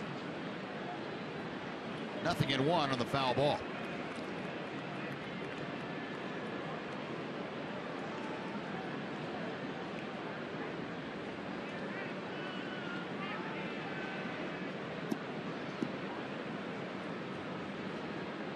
Brugnet, since coming back for the second time, the 15th of June, added 137 points to his batting average. Almost doubled it. Yeah. 144 to 281. That's a whole bunch of work with the number of at-bats he had.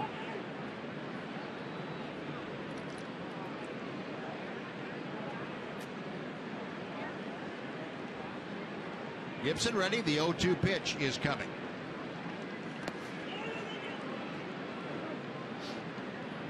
Hamilton at first.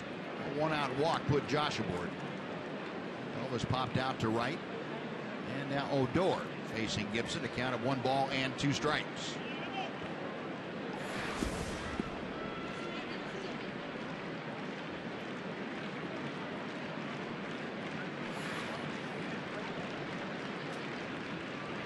Gibson sets.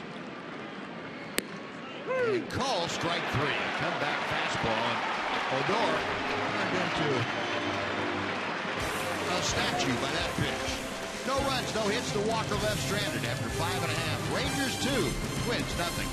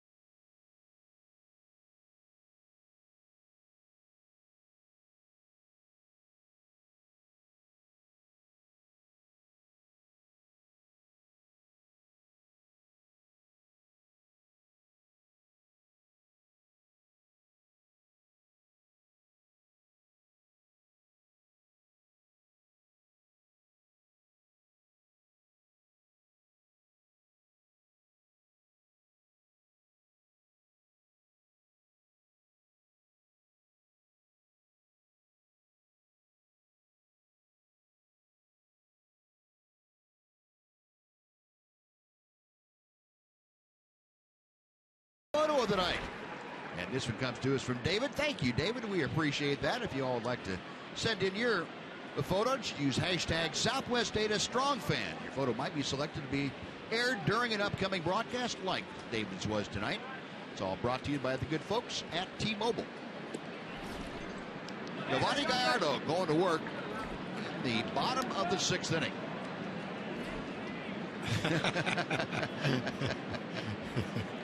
Saw everybody in the kiss cam. Yeah. Wants to get in on the action.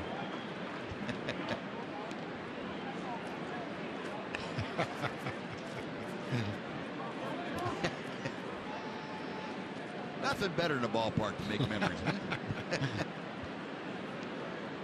Aaron Hicks 0 for 2 tonight. Pops up the next pitch. That will reach the seats over the Ranger third base dugout.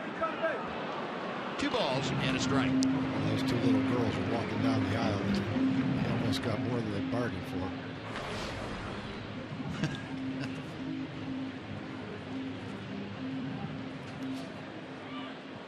Hicks a 282 average as he stands at the plate, leading off the bottom of the 6th. Rangers leading 2-0. Giovanni Gallardo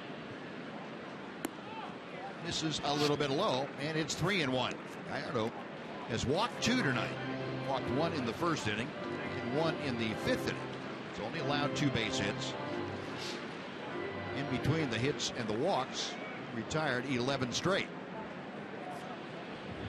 The 3-1 to Hicks. Full count. Fox tracker showing him number 5 there, right at the bottom of the strike zone.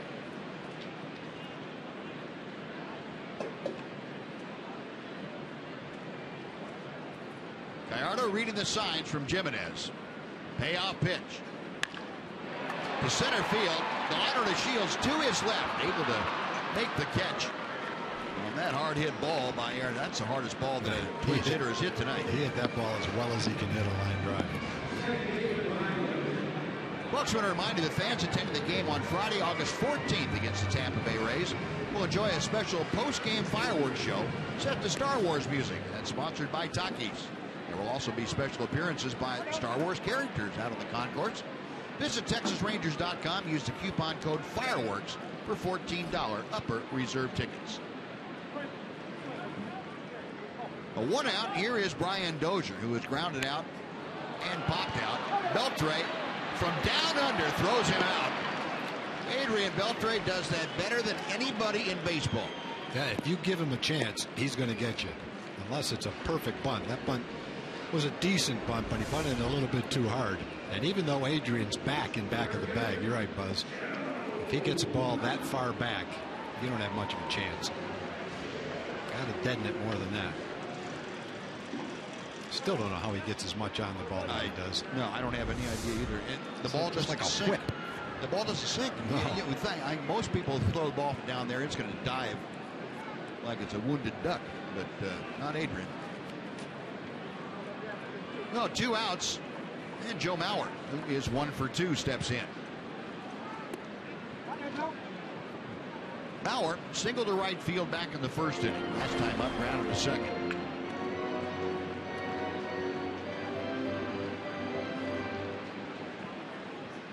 Giovanni Gallardo getting ready to throw his 94th pitch of the night. And it is a bit low. 2 balls and no strikes. Giovanni, the 29-year-old, Fort Worth Trimble Tech high school product.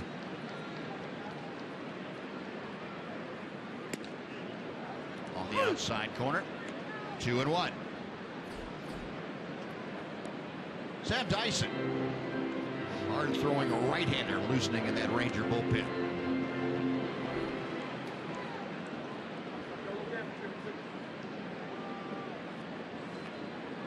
Gallardo to the wind, the 2-1. 3 balls and a strike. Mauer bidding to get on in this inning, and Giovanni being pretty stingy letting people on. He's retired 14 of the last 16 that he's faced.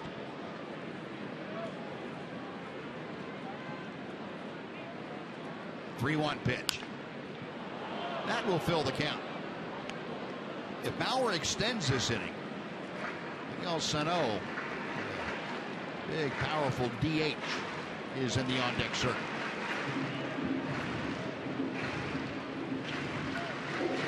Get Mauer right here, so you make Sano lead off an inning where he can't be the tying run. Yeah, I agree with that.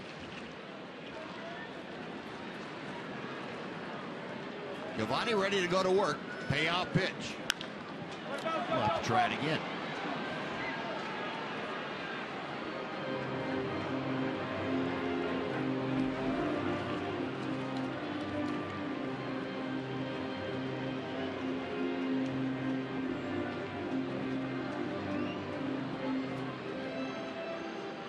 Joe Mauer back in the batter's box, taps that plate once. Giovanni Gallardo reading the signs from Chris Jimenez. Another 3-2 pitch coming.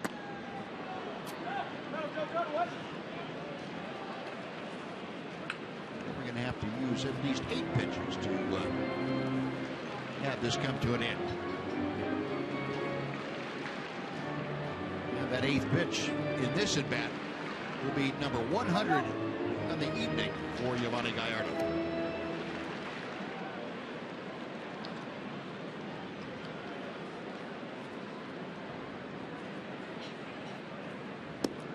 Lost him. Pitch off the plate inside. Mauer works a 2-out walk. And Jeff Bannister making his move up to the top step on his way out of the Ranger dugout. Is taking a purposeful walk crossing the white line out to the mound, and he has made the motion to the bullpen. He wants Sam Dyson to come in to face Miguel Sano. So Yovani Gallardo goes 5 2/3 tonight. He leaves having shut out the Twins on a couple of hits with 3 walks.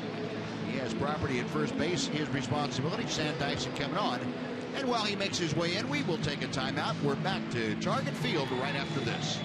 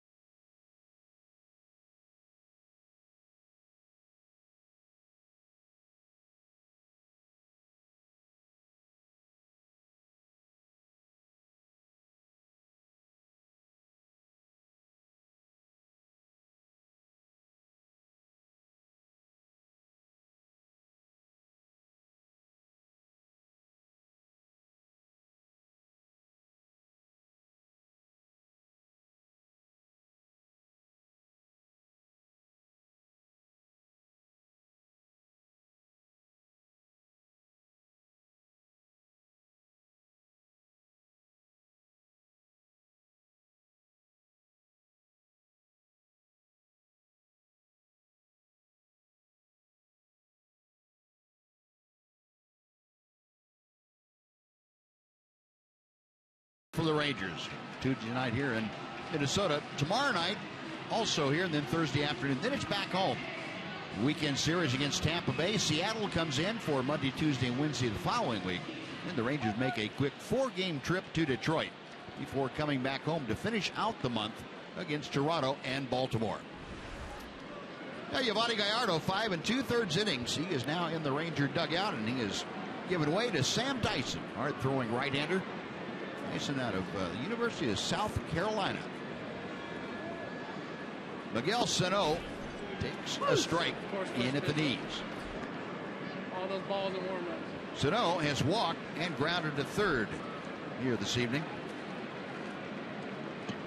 Dyson making his 6th appearance. ERA with the Rangers at 193.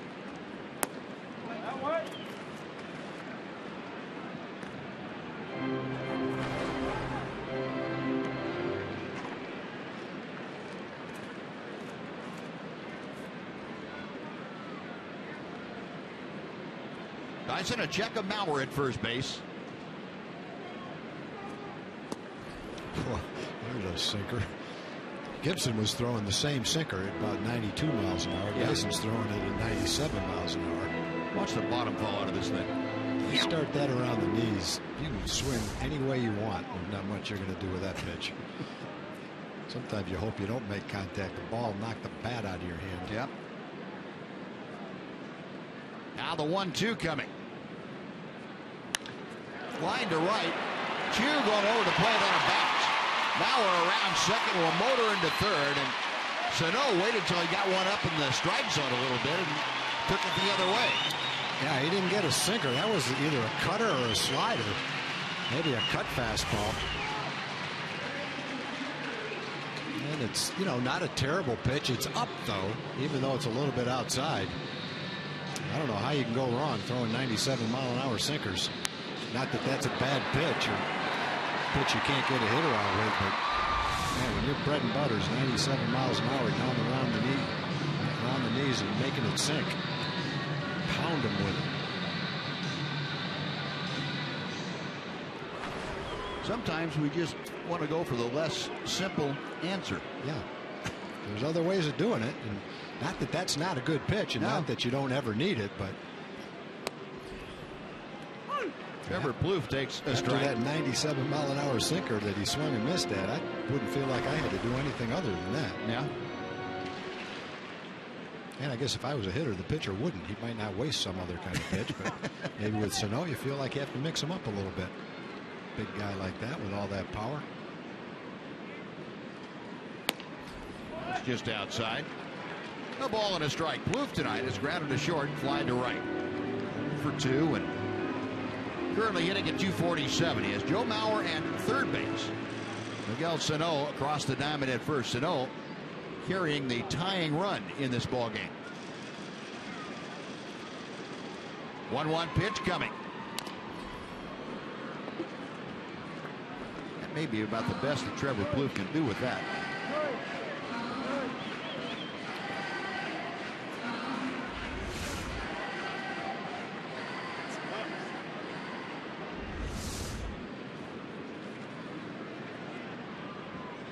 Chris Jimenez flashing the signs out. Dyson reading them. Sam ready. Checking the runners. The 1-2 pitch.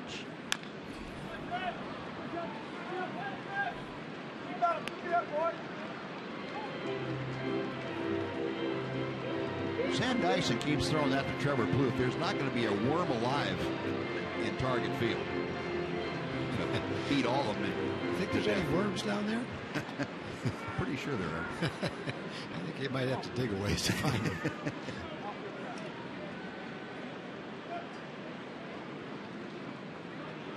Another 1-2 from Dyson. Elvis to Odor. They get the sliding Sano.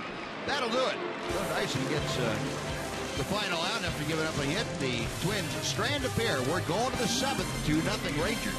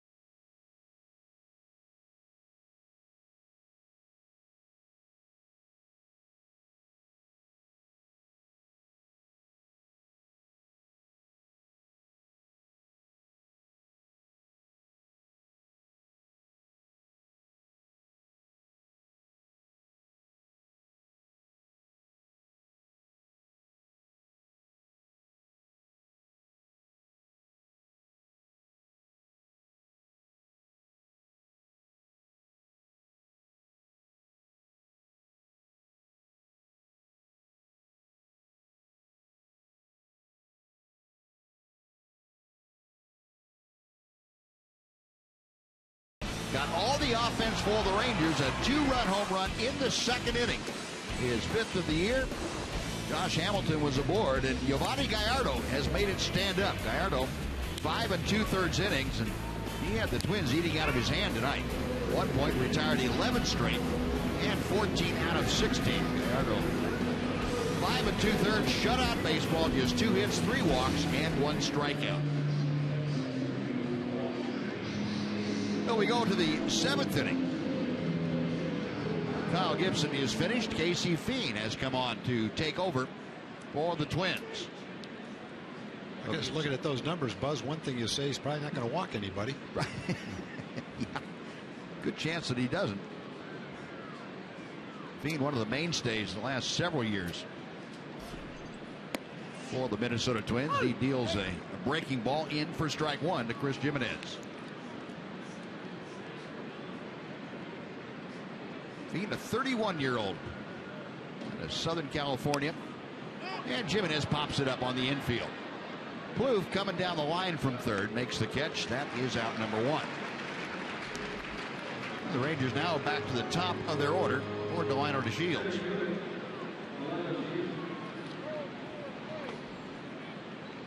Casey Fiend, a lot of cut fastballs, and doesn't really throw any other kind of breaking ball. He considers that almost a slider. Throwing back, mix in a four-seamer and change speeds a little bit, but he's pretty basic. Comes at you. Popped up, and Suzuki able to get the mask off and capture that pop-up on the bunt attempt from Delino DeShields for out number two. No, Delino trying to break out the bunt for a base hit. That's pretty quick reactions by Suzuki, be able to not only get the mask off and get over there, but to locate the ball that quickly. And Paul Molitor out, and that's going to do it for Casey Fiend. So they just wanted him to have the two right-handers. He got Gimenez and DeShields on pop-ups. That's all that Fiend is going to be asked to face here tonight. No, another pitching change underway here at Target Field in Minnesota. We'll be back right after this on Fox Sports Southwest.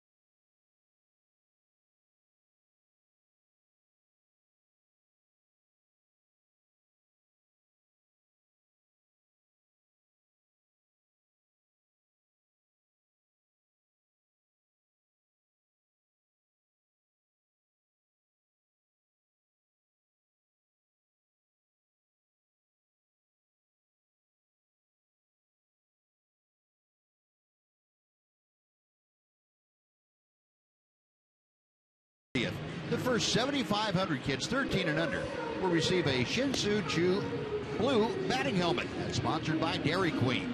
Head on over to TexasRangers.com or call 972-RANGERS to get your tickets. And speaking of Shin-Soo Choo, he will be the first to face the new pitcher on the hill for the Twins. That is 27-year-old left-hander Ryan O'Rourke. O'Rourke in his 16th game for Minnesota this year. Opponents hitting just 122 against him. Deal strike one. O'Rourke, fastball slider, mix in a changeup occasionally. 0-2 to Choo. Jitsu tonight 0 for 2. Drew a walk back in the first inning. Since then has struck out and grounded to second. And now with 2 strikes, the Twins go into the extreme overshift. 3 players on the right side of the diamond.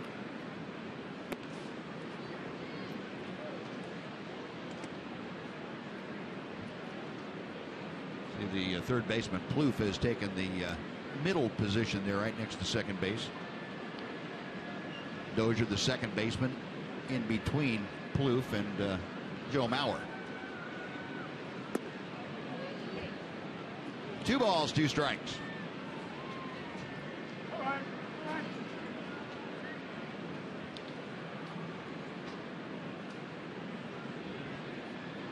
O'Rourke nods in agreement. And Choo trying to take that ball the other way and maybe beat the shift, but fouled it off.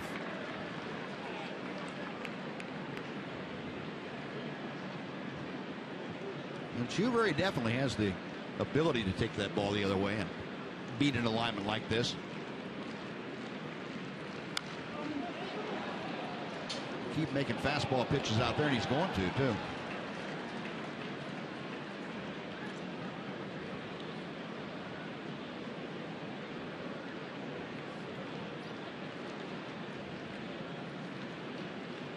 O'Rourke sets once again. And the breaking ball is wide.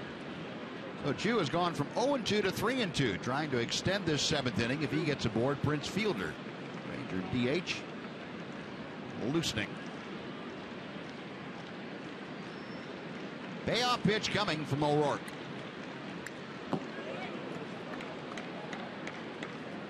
Hung that one just high enough that Choo couldn't get on top of it. Yeah.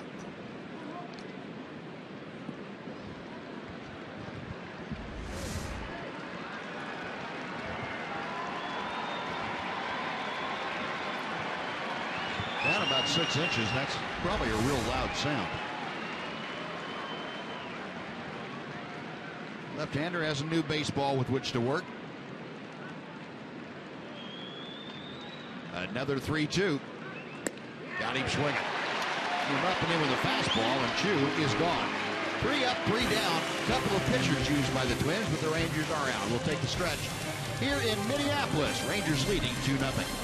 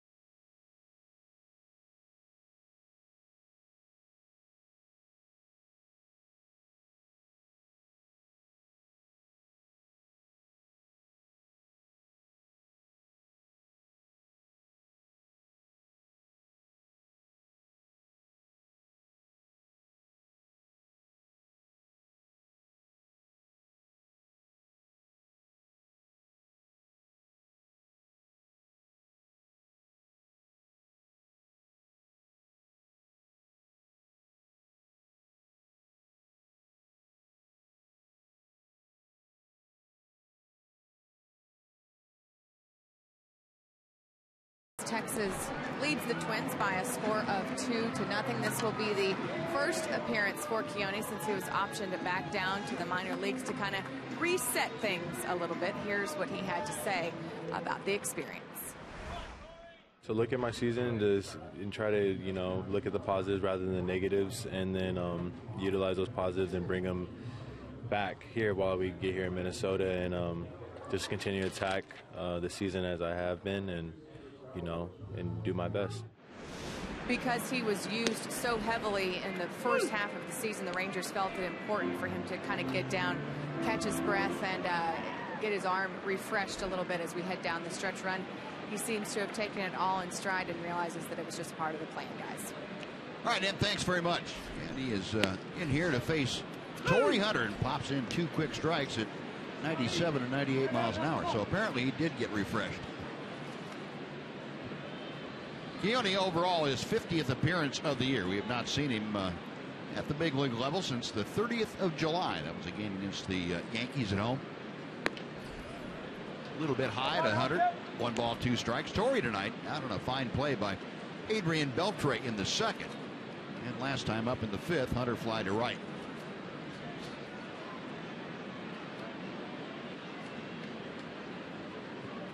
Kellogg with the 1-2 pitch. Wow. That's pretty impressive. Yep. That it is. No changeups, no curveballs. Here's my heat. Looking for the outside corner. You see the glove, and there's the ball. Came back a little bit right at the end, but when it's going 97, you can still get a swing and a miss, even if it is a good strike. Well, 1 away. Now Eddie Rosario will step in. Rosario is 1 for 2. And an infield single his last time up. One of just 3 hits for the Twins tonight. It's going outside for ball 1. Kellogg with 47 strikeouts and 43 2/3 innings. League hitting a little higher against him than you would expect, a 260 average. But that'll come down the more that Keone figures out about what he's all about on the mound. Young man, just 22 years of age, and he is inexperienced at the big league level, certainly, but inexperienced pitching wise. He just hasn't had that much time on the hill. He's made amazing strides this year. 1-1 pitch. Good pitch. Yeah, when you look at the Ranger bullpen now for the stretch run the last couple of months, it's set up pretty nicely. And the good thing about it is it's set up pretty nicely for years to come, too. All of the guys. Diekman, Freeman, Tollison, Tyson, Dyson, Kella. They're all signed for the future. Anthony Bass and Patton round out what's a really solid bullpen right now. Ouch. Yeah. Good thing it's a warm night. That doesn't hurt quite as bad. Elvis takes care of that pop-up. 2 gone. Kurt Suzuki coming up before he steps in. Let's send it back to John Radigan for a Mazda game break.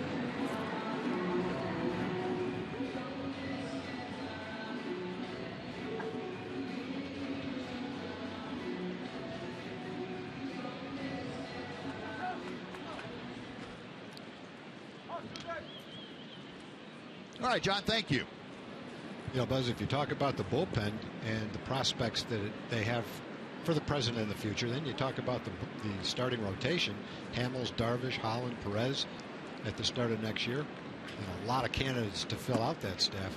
Pitching's looking pretty good. Yeah, it sure is, Tom. I don't know about Darvish for the start of the year, but we'll eventually at some point in time. He probably is on the same kind of timetable that Perez was for this year, I would think. Maybe a little bit quicker.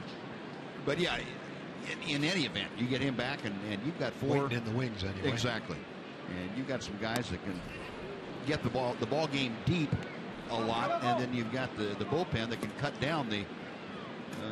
down every ball game to maybe a 5 or 6 inning game for the opposition. Sure.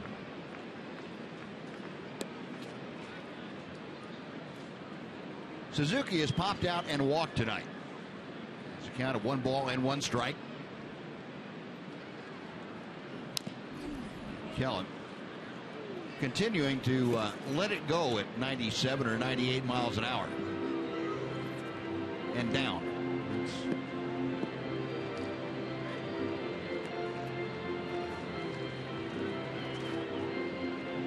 And if you're the Twins, you're probably saying, well, glad Dyson's out of there. Well, Keller will be gone next inning. Then they'll probably see Jake Diekman come in for the 8th inning. That's right. He'll be throwing left-handed just as hard as the guys in front of him.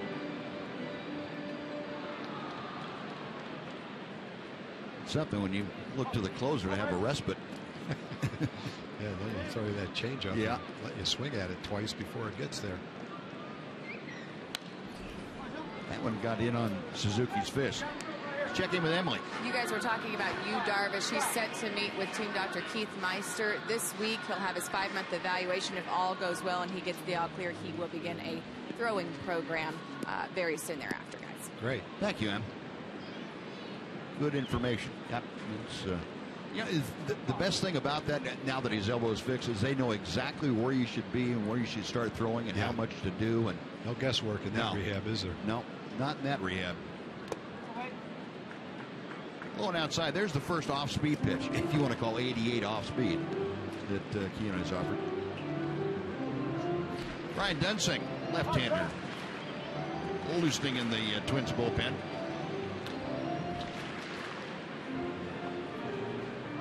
Keone Kela, the third pitcher used tonight by Jeff Bannister.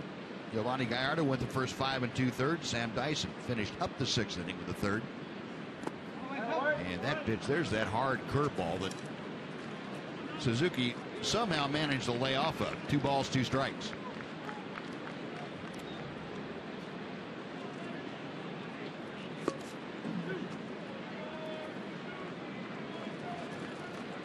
Keone about ready to throw his 15th pitch of this inning, and that is a good sign. Keone to the point where he's minimizing the number of pitches he throws. That's going to do nothing but help him. Suzuki able to turn on that 97-mile-an-hour fastball and pulled it foul.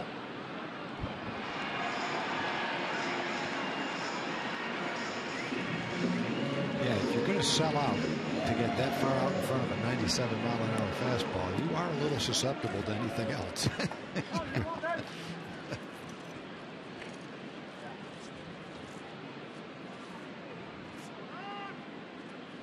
Now time called. Dan Bellino, the home plate umpire, said Chris Jimenez asked for time. So Chris going out there to mention something to Keone and Adrian Beltre. Going to put his input into the conversation. And I would think if you're a pitcher and catcher, that'd be a good input to have. If Adrian decides to come over there and say something, it'd probably be worth your time to listen to. I'm listening. And I'm going to do what he says, too. Yeah, most likely. Even if I think it's wrong, I'm going to do what he says, and I'm going to feel like it's the right thing. 3-2 pitch. Said, get him to hit the ball to me. Hit it to third. That's what he said. Cross the diamond, that'll do it. So Kela, a 16-pitch inning, and the Twins are down in order. We're going to the 8th. Rangers 2, Twins nothing.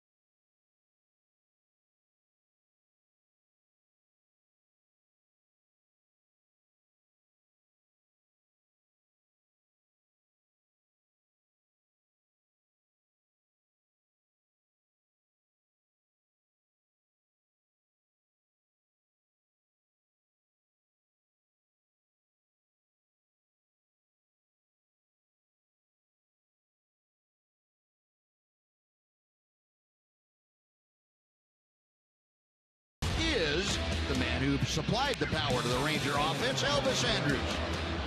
Powering a line drive right out of the ballpark. A 2-run blast that has been all the scoring by either team tonight. TXU Energy power player, Elvis Andrus.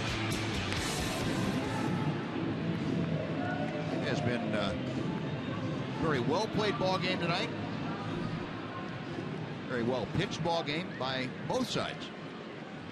Prince Fielder will lead things off here in the Ranger 8th inning. Fielder, Beltre, and Moreland.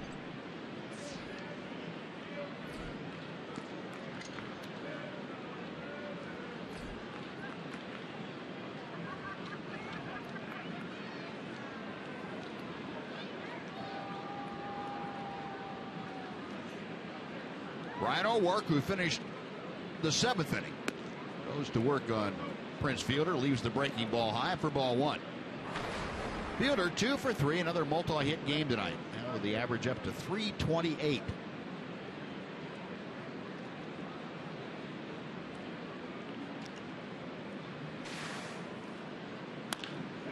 Pulls it into the hole, diving stop. Mauer, that was a little awkward, scrambling to the slow motion dive. But he gets Fielder, and Prince retired for the first out here in the 8th inning. Looked like Joe Mauer couldn't decide whether to dive or not, so he's laid down.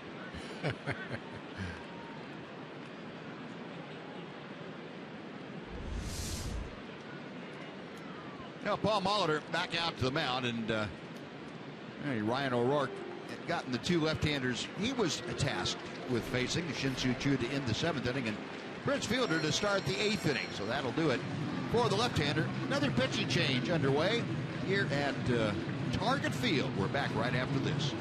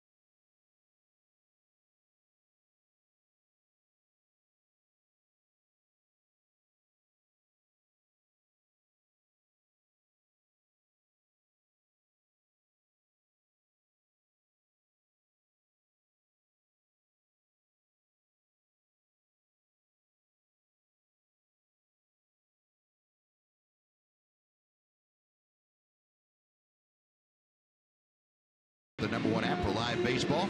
At Bat is up to the moment at any moment with in-game highlights, live look-ins, replay reviews, radio broadcasts, StatCasts, and a lot more. Get MLB.com at Bat for your smartphone or tablet.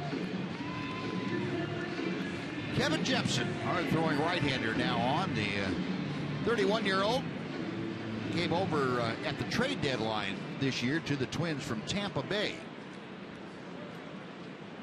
Jepsen, 51 appearances overall. Record of 2-6. The opposition hitting just .217. He has struck out 38 in 45 innings. Adrian Beltre to face Jepsen. High and tight goes the first fastball. It is 1-0. Beltre 0 for 3 tonight. A couple of ground outs and a strikeout.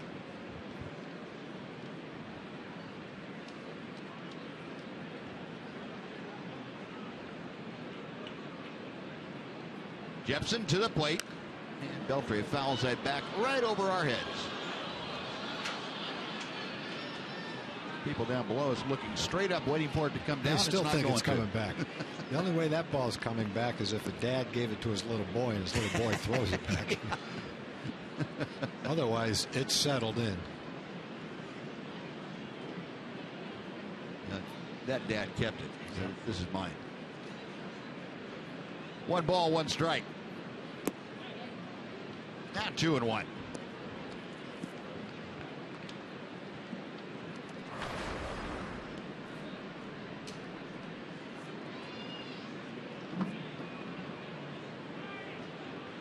Beltre back in the batter's box. Jepson toeing the rubber. Now the right-hander is ready. On the outside corner. Took something off, and the count is now even at 2-2. Jepson came over from the Rays in exchange for a couple of minor leaguers. That was really the only deal that Minnesota Twins made at the deadline. There have been some folks in the Twin Cities that were suggesting, go ahead and go for it. The Twins are playing well. They're right in the thick of the playoff race. And the Twins decided, we're not really in a position where one or two guys is going to put us over the hump in our estimation. So we're going to keep our young players for the most part. Terry Ryan, their general manager. And that's not an easy decision to make, is it, Tom? It's not an easy decision to sell to the public, right, or maybe to your players. But if you're Terry Ryan, I think it's probably an easy decision to make, because it's too hard to develop these young players. And the Twins have developed 5 or 6 of, the top 40 or 50 young players in baseball. And they've made nice strides this year. They've had a good season.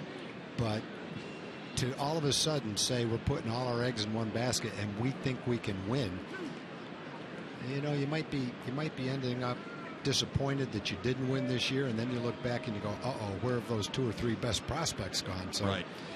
I would say what they're doing right now is the best way to go. Build off this next year and continue to develop the young players. They're not just young players that the Twins think are good players. They're young players that everybody in baseball recognizes are very good young players. Sure. So I wouldn't look at the Twins and say, boy, if you go out and get player X or player Y, that you're going to be a favorite to win. And for sure, they're not going to catch Kansas City. So the best they're going to be is a wild card team.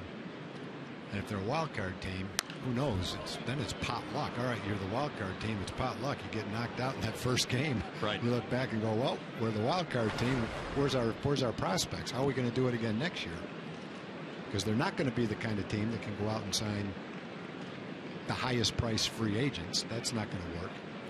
So the best way is to develop your own players, and Terry Ryan is very well respected in that regard, and I think they're headed in the right direction. Stay the course. Another 3-2 to Adrian. Dozier down to one knee and on to first. That is out number 2. Well, there comes a time where it becomes the right thing to do, just like Houston has done this year. You develop a few more young players and get a little bit more depth, kind of like the Rangers did. And then you can afford to trade some of your young players. But I'm not sure that the Twins have developed that kind of depth to be able to afford and have the depth where you can trade several young players. Right. But there will come a time where they'll be able to do that. And they'll feel better about their chances when they acquire the guy, whether it's a Scott Kazmir or Carlos Gomez, whoever it might be. When you can acquire those kind of players and then feel, all right, we can win this division now, and then that's when it's time. I don't think they could look at it and certainly not going to feel like they're going to win the division. That's for sure. I don't care who they get, Mickey Mantle and Ted Williams. They're not going to catch Kansas City. No, not trailing by 12 games with Kansas City playing pretty good baseball too. Moreland hits it sharply, but right there is the third baseman Plouffe. He fires on to first. That will do it. Rangers gone in 1-2-3 fashion. After 7.5 it remains. The Rangers 2 and the Twins nothing.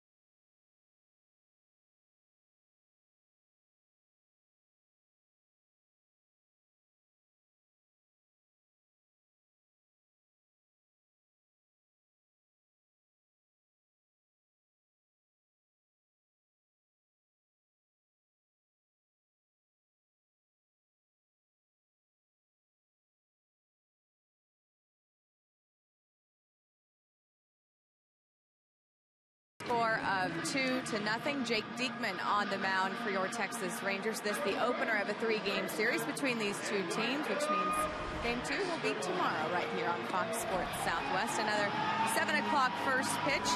We'll get you going before the game, 30 minutes before with Rangers Live. There you see a couple of the hottest hitting guys since the All-Star break. Each one, Rougned Odor and Aaron Hicks, leads their team in hitting since the All-Star break. You can see them both in action tomorrow right here on Fox Sports Southwest. A big thanks to AT&T Uverse for getting us ready for Game 2, guys. All right, and thank you. Well, the Rangers have turned to yet another reliever, hard thrower coming out of the bullpen, Jake Diekman. Diekman, the 28-year-old, appearing in his 7th ball game. And he takes over to start the 8th inning. First pitch in for strike 1 at 97 miles an hour to Eduardo Escobar.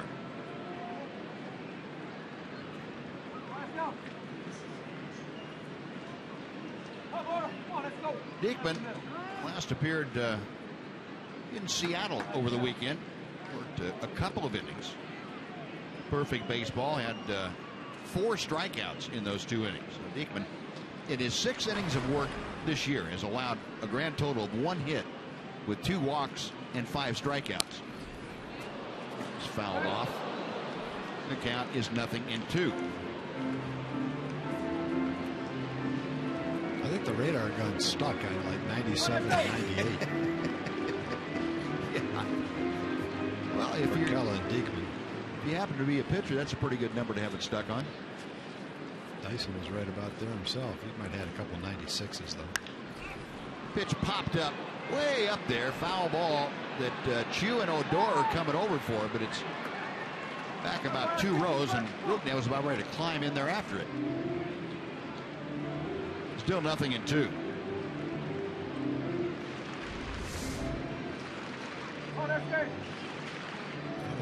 Both knew exactly where they were in regards to the wall. A couple of Ranger fans there, right in the front row.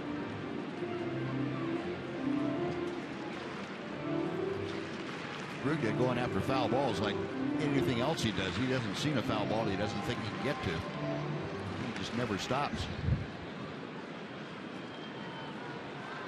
Escobar back in there. Diekman ready. Left-hander with another 0-2 pitch. He tried the breaking ball, left it outside. Jake Diekman, of course, a Ranger since coming over from the Phillies, along with Cole Hamels. That trade at the trade deadline. 2-2 now. Diekman with Philadelphia was 2-1 with a 5.15 ERA. And you know, we were kind of kidding the other day, how in the world can this guy ever had a 5.15 ERA? But he did, and Rangers happy to have him over here to see if he can get that down a little bit, which he will. Keeps throwing the way he is now. What I want to know is how in the world did the National League get 268 against this guy? Yeah, I can't answer that for you. I don't know.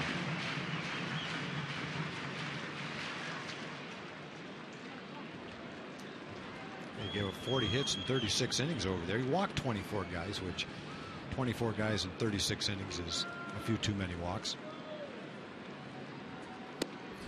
Tried the inside, just missed off the plate. The count is full.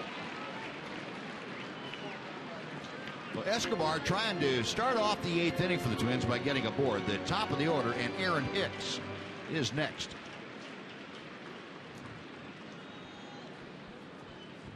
Diekman ready. Payoff pitch. Lost him.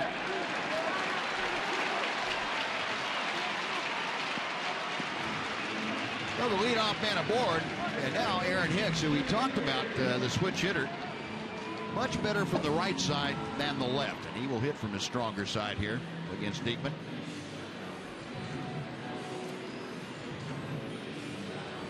Hicks for the year, if you remember, hitting .368 as a right-handed batter.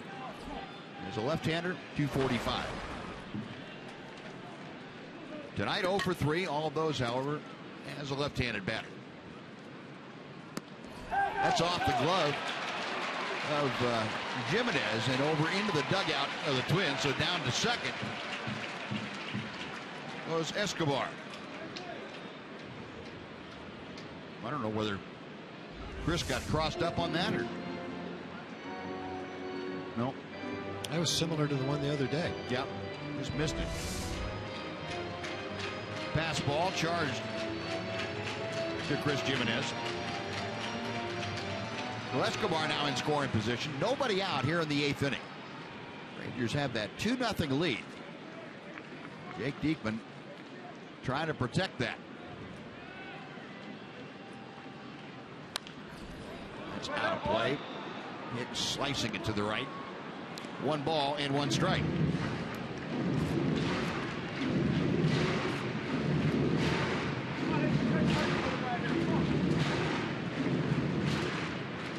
The only hit that Jake Diekman has given up as a Ranger came against the Astros back on the 5th of the month in Arlington. Hicks showing bunt, pulled the bat back. It is 2-1.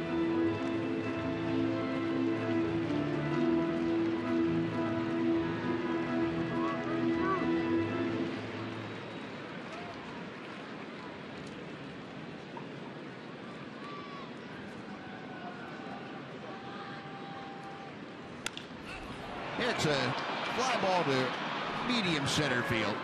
Delino DeShields camped under it. Escobar staying at second. He's there with 1 away now. And Brian Dozier coming up.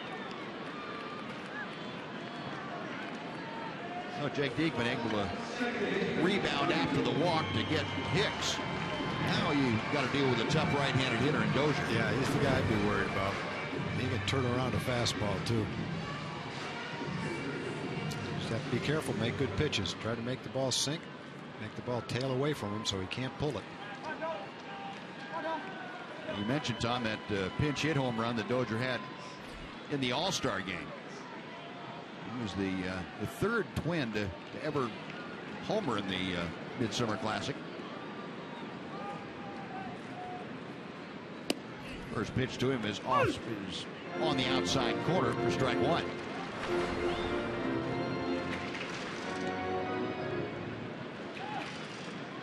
Kirby Puckett, Harmon Killebrew also had home runs as Twins in the All-Star game. 0-1 pitch. Hit deep to left field. If it's fair, it's trouble. It is foul. That's exactly what you're talking about there. He can pull a fastball. You just have to keep it out of the location where he can pull it. You can't throw it by him. Trying to throw it away, but it comes in. And fortunately, he pulled it foul. He's one of the few guys in the lineup. Not that they don't have good hitters in the lineup, but he's one of the few that can pull that 96-mile-an-hour fastball on the inside corner.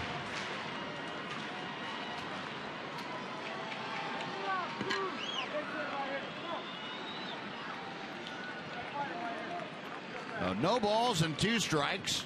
Escobar out at second base. That ball is hit well to left center field. Going back to Shields. Reaches up, makes the catch.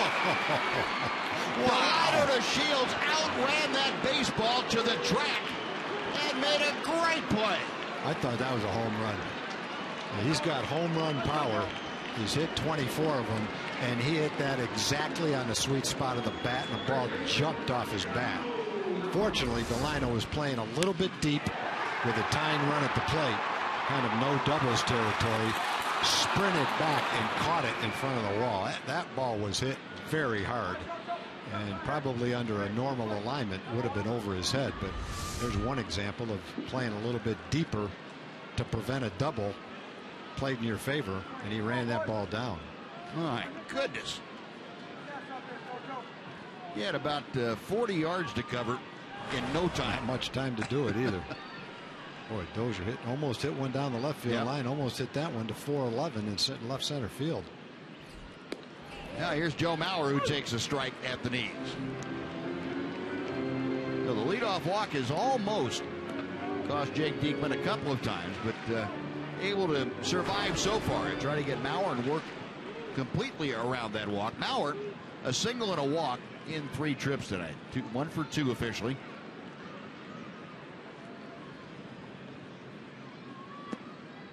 Tried the breaking ball and missed with it low. 1 ball and 1 strike.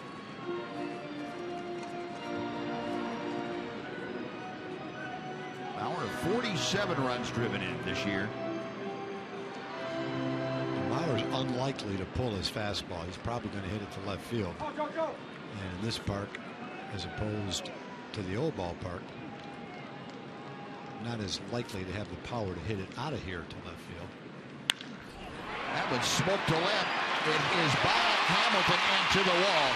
Around third, coming in to score is Escobar. Into second with the RBI double is Joe Mauer. And it's now a 2-1 Ranger lead. Mauer hit that ball nicely. Last 2 guys have really hit the ball hard. Maurer's not going to pull it, and he's probably not going to hit a home run. But he found the gap and hit a bullet into the gap.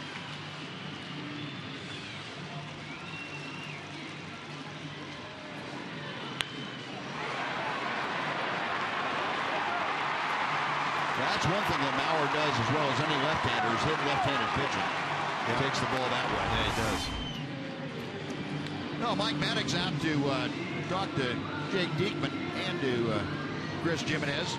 Tying run at second base, and you've got first base open. And the big DH, Miguel Sano, is the hitter. Sano tonight is 1 for 2 with a walk and a single. Well, the question, I guess, is do you pitch to Sano or do you risk putting the go-ahead run aboard with an intentional pass? Yeah, I think I got to pitch to him right here. You've got a rookie hitter, even though he's a good hitter. But Plouffe is a pretty good RBI guy hitting next, so I think you got to make some pitches and try to get Sano. Chris Jimenez down behind the plate, flashing the signs out. Jake Diekman ready, and the first pitch to Sano is on the way. 1 ball, no strikes.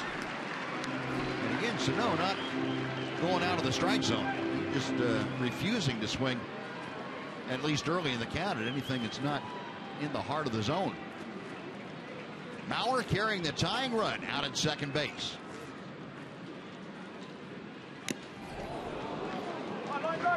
One ball and 1 strike.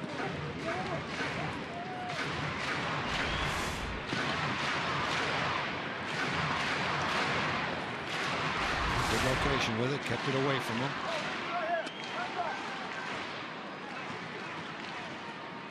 Diekman a check of second. Man back to the plate. A little bit high, 2-1.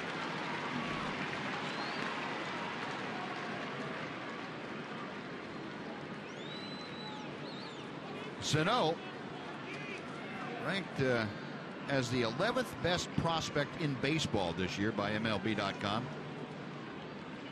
Second best in the Twins system. Fouls that off to the right. That evens the count at 2-2. Also rated the best power hitter in the Twins system according to Baseball America. Early glimpses of it so far. 5 home runs for him. Diekman ready, the 2-2 pitch. Laid off the breaking ball. Full count.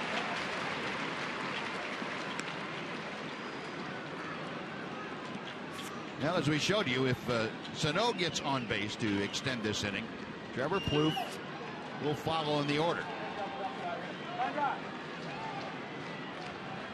A 2-1 Ranger lead. We play in the bottom of the 8th.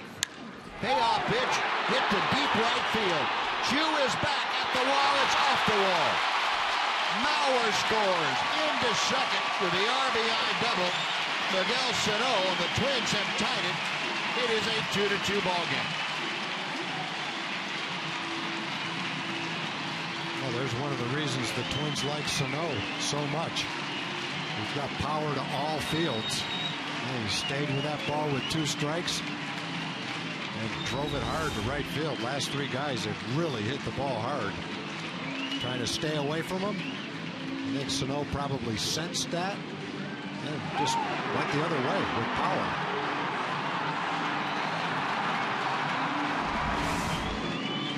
Well, that'll do it for Jake Diekman as Jeff Bannister out to the mound. Diekman has given up the 2 runs on 2 hits and a walk. He leaves with property at second base, his responsibility. We'll take a timeout for this pitching change. Back after this on Fox Sports Southwest.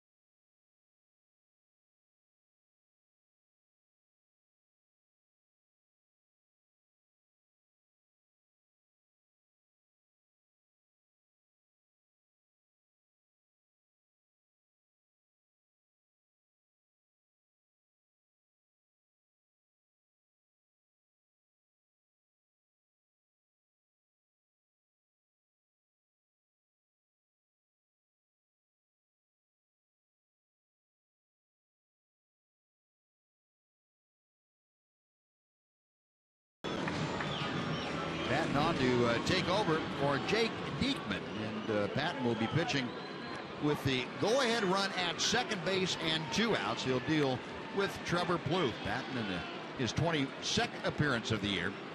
Spencer, a 27-year-old out of Illinois, Urbana, Illinois is where he was born. Have a pinch runner at second base. We'll tell you about him in just a second. Trevor Plouffe goes after the slider with no success. That is strike 1. Shane Robinson has come off the bench, the speedy outfielder for the Minnesota Twins. He is pinch running for Sano at second. Plouffe tonight 0 for 3, is grounded out twice and flied to right field. Patton a couple of looks back to second. Misses off the outside corner. 1-1. Last time we saw Spencer Patton in Seattle on Friday night, worked an inning and 2/3, gave up a couple of hits, no runs, struck out 2, did not walk anybody.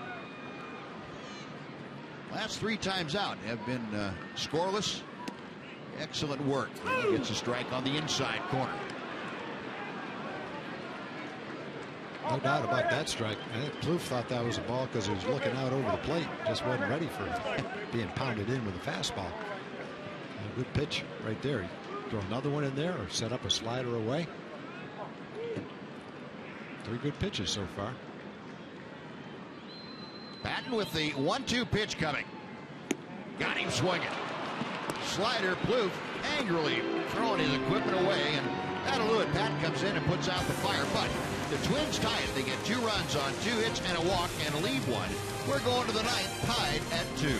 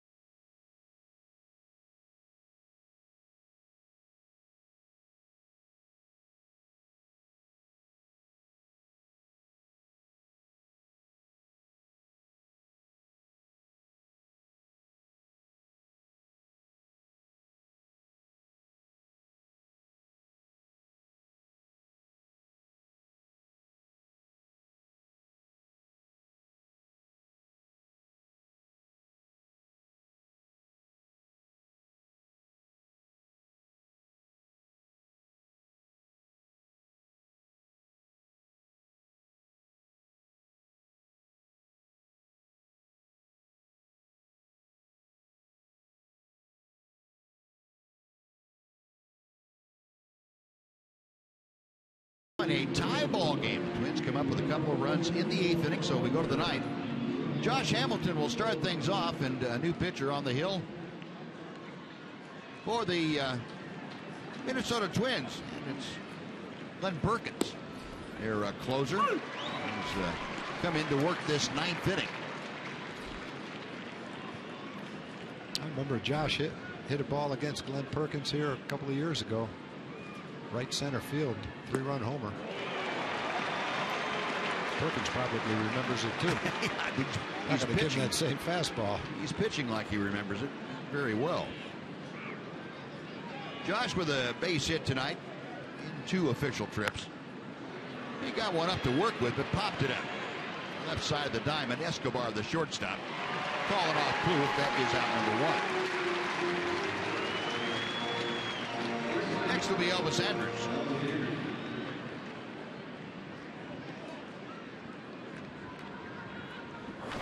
Perkins taking over as the closer for the Minnesota Twins.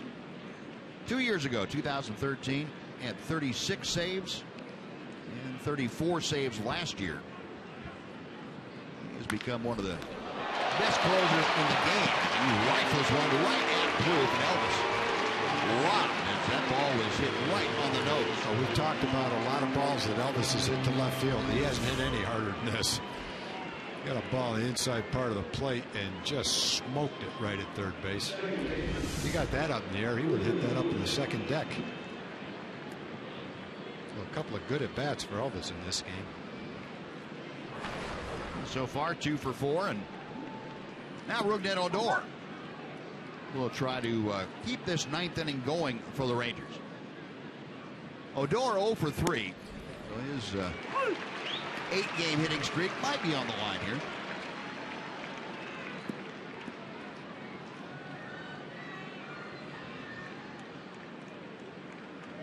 Perkins back to him. 1 ball and 1 strike. Perkins, a 32-year-old, born in St. Paul, right across the river from Minneapolis. 1 ball, 2 strikes. First round pick by the Twins back in the 2004 draft.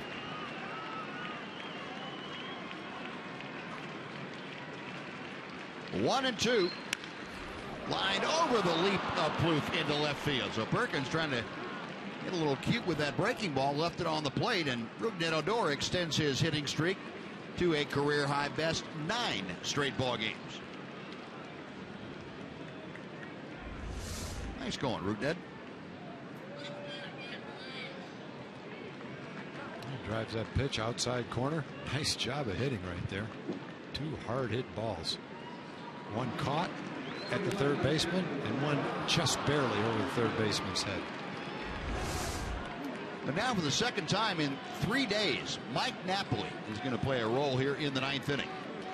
This is what the Rangers got Mike Napoli for, to play against left-handed pitching and come off the bench in late game situations as a pinch hitter against left-handed pitching. Knapp has had 1 at bat, and that was Sunday in the 9th.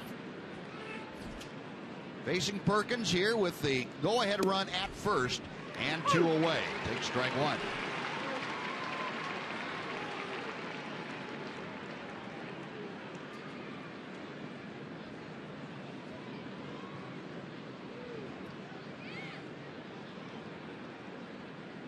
Perkins back to him.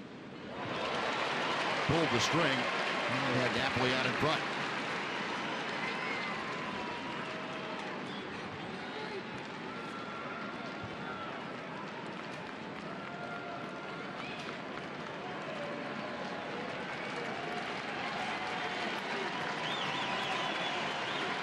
Now the 0-2. Tapper foul. Knapp now 33 years old. Had a couple of outstanding years with the Rangers, the championship years.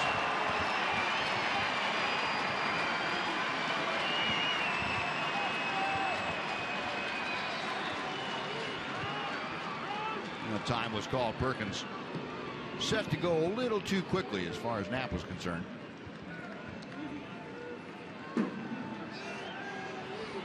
Now Napoli ready to go. Odor away from first.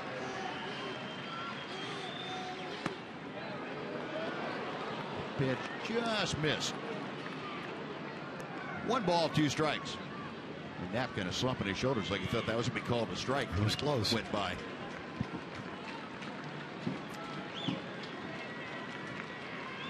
Now the 1-2. That one is in there. And Napoli throws it at home plate. Well, the Rangers get a hit in the ninth, but strand a runner. We're going to the bottom of the ninth. It's the Rangers 2 and the Twins 2.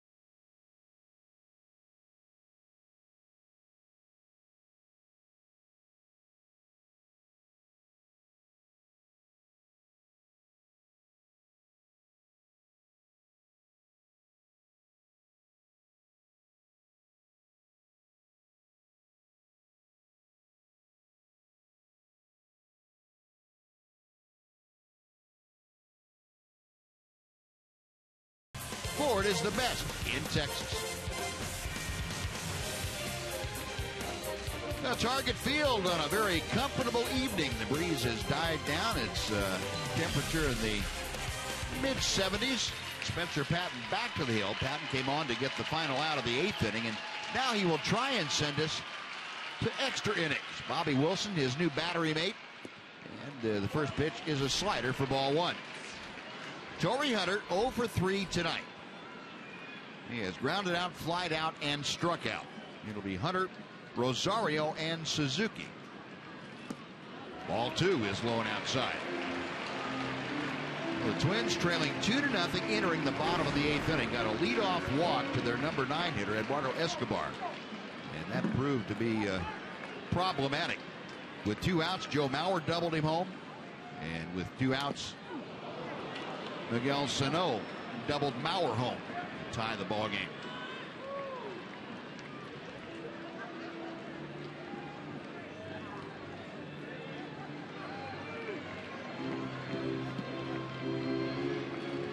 Two and 1 to Torrey Hunter. Jeff Bannister. Yeah, he had to have felt pretty confident about laying out the use of the bullpen the way he did. I mean, that was just the way he draw it up. Yeah, everything fit exactly how he wanted it to. 2 balls, 2 strikes. Leadoff walk came back to hurt, no doubt about it. 9th place hitter, leadoff hitter of that inning. That was Eduardo Escobar. He drew the walk, and then the middle of the lineup hit the ball hard. Dozier, Mauer, Sano all hit the ball hard. Hunter hits one in the air to right field. This one's playable as Chu backs up shy of the warning track. Out number 1. Hunter retired. Now Eddie Rosario will step in against Spencer Patton. Yep, far enough away that Hunter couldn't get the good part of the bat on the ball. Hit it toward the end. Hit it pretty well, but going to be very difficult for him to hit the ball 375 feet off the end of the bat.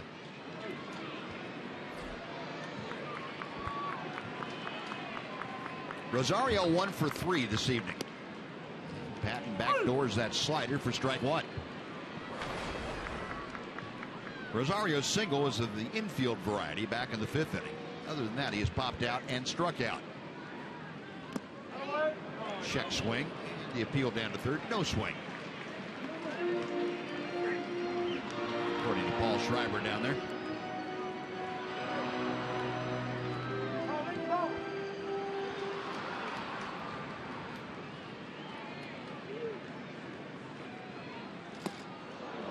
Patton pulling the string. Left it up a little bit, but Rosario out in front of it. And he dropped it right on the outside corner, too.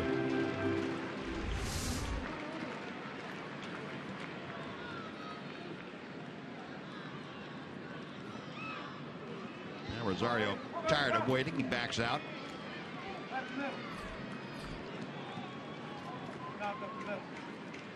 About a 15-mile-an-hour speed differential, top to bottom. Pitch in the dirt. And the count goes even now at 2-2.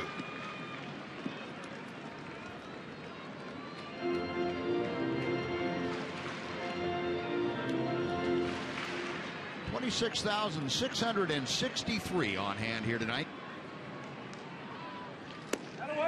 Patton just missing down and away. A full count. So Rosario trying to get aboard with the winning run. Kurt Suzuki, the 8th place hitter, is in that on-deck circle. Payoff pitch from Patton. Over the mound, behind second. Elvis, a quick release, got it. Nice play by the Rangers shortstop.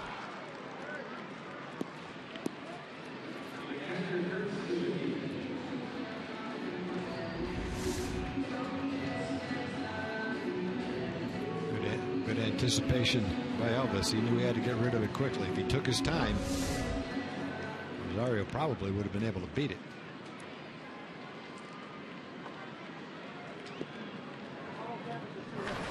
No, 2 outs now. Kurt Suzuki, the only one standing between Spencer Patton and extra innings here tonight.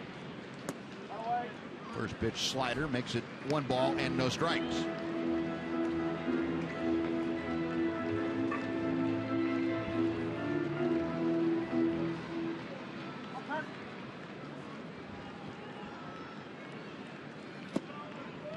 Misses low and inside, at least according to Dan Bellino. 2-0.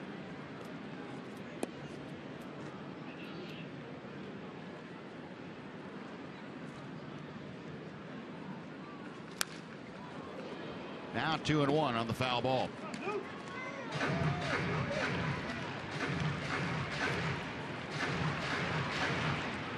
Suzuki tonight has popped to short, walked, and grounded to third.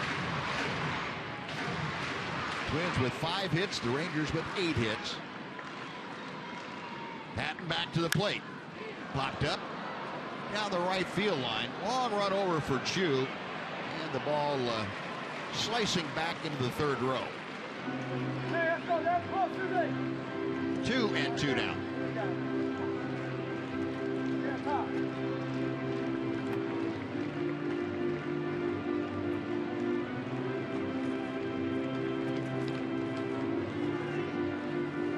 Suzuki, a .228 average. Stepping back into that batter's box. Patton into the wind. Ball 3. Again, a full count. Suzuki this time trying to get aboard with 2 outs. Eduardo Escobar, the shortstop, follows in the order.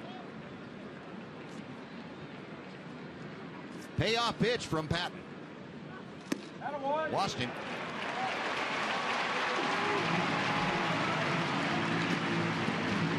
Suzuki coaxes the 2-out walk. Well, the Twins have the winning run aboard here in the 9th inning. Eduardo Escobar, who started off the 8th inning by drawing a walk, will step to the plate. Escobar 0 for 2 officially tonight. He has grounded out the other 2 times, along with that walk and a run scored. Suzuki inching off of first base. And the first pitch is high and away for ball 1.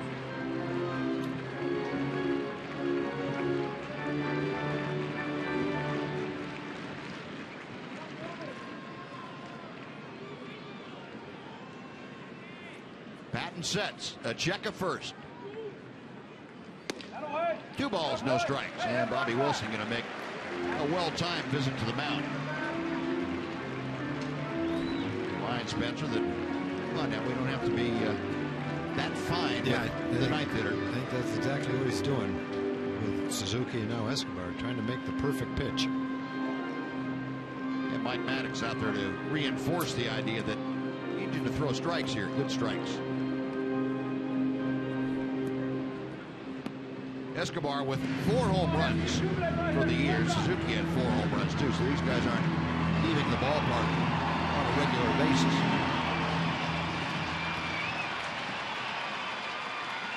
Two and nothing the count.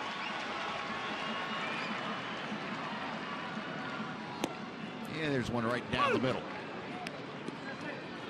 2-1.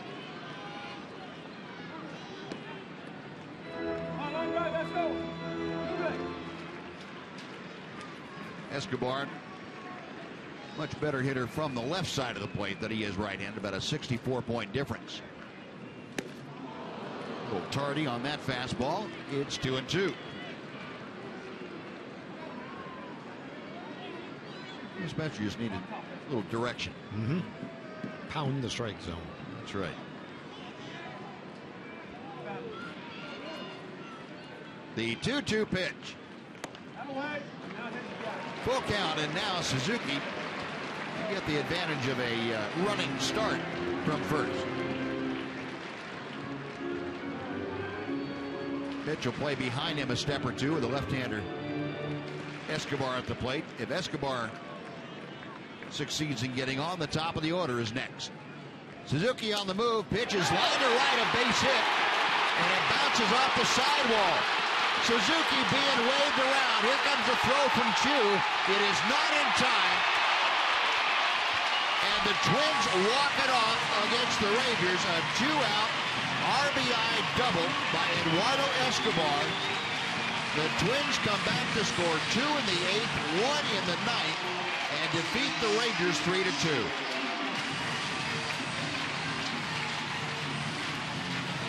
And Suzuki getting mobbed, or I should say Escobar getting mobbed out there by second base as he gets the walk-off game winner for the Twins tonight. And oh, what a tough one to swallow if you're in the Rangers dugout. Twins have been struggling. You had them exactly where you wanted them. Giovanni Gallardo gave them almost 6 innings of good baseball. He had them shut out through 7. And then you give them an opening, and to their credit, the Twins come back and tie the game after 8 and win it in walk-off fashion. Yeah, that's one of the examples, Buzz, why you don't want to run the count to 3-2 with a couple of outs if you don't have to. So the runner's now running on the play. And in both the 8th inning and the 9th inning, it was a walk that hurt in each inning. A walk started the 8th inning. Escobar walked to lead it off, came around to score. And then with 2 outs, Suzuki walked, and he came around to score, running on the 3-2 pitch on the double by Escobar. So late inning heroics by Eduardo Escobar. Walked and scored and then doubled in the winner an inning later. So 3-2 the final, as the Rangers can't subdue the Twins here tonight. We'll come back with some final thoughts, and right after this to Target Field. 3-2 the final, the Twins win.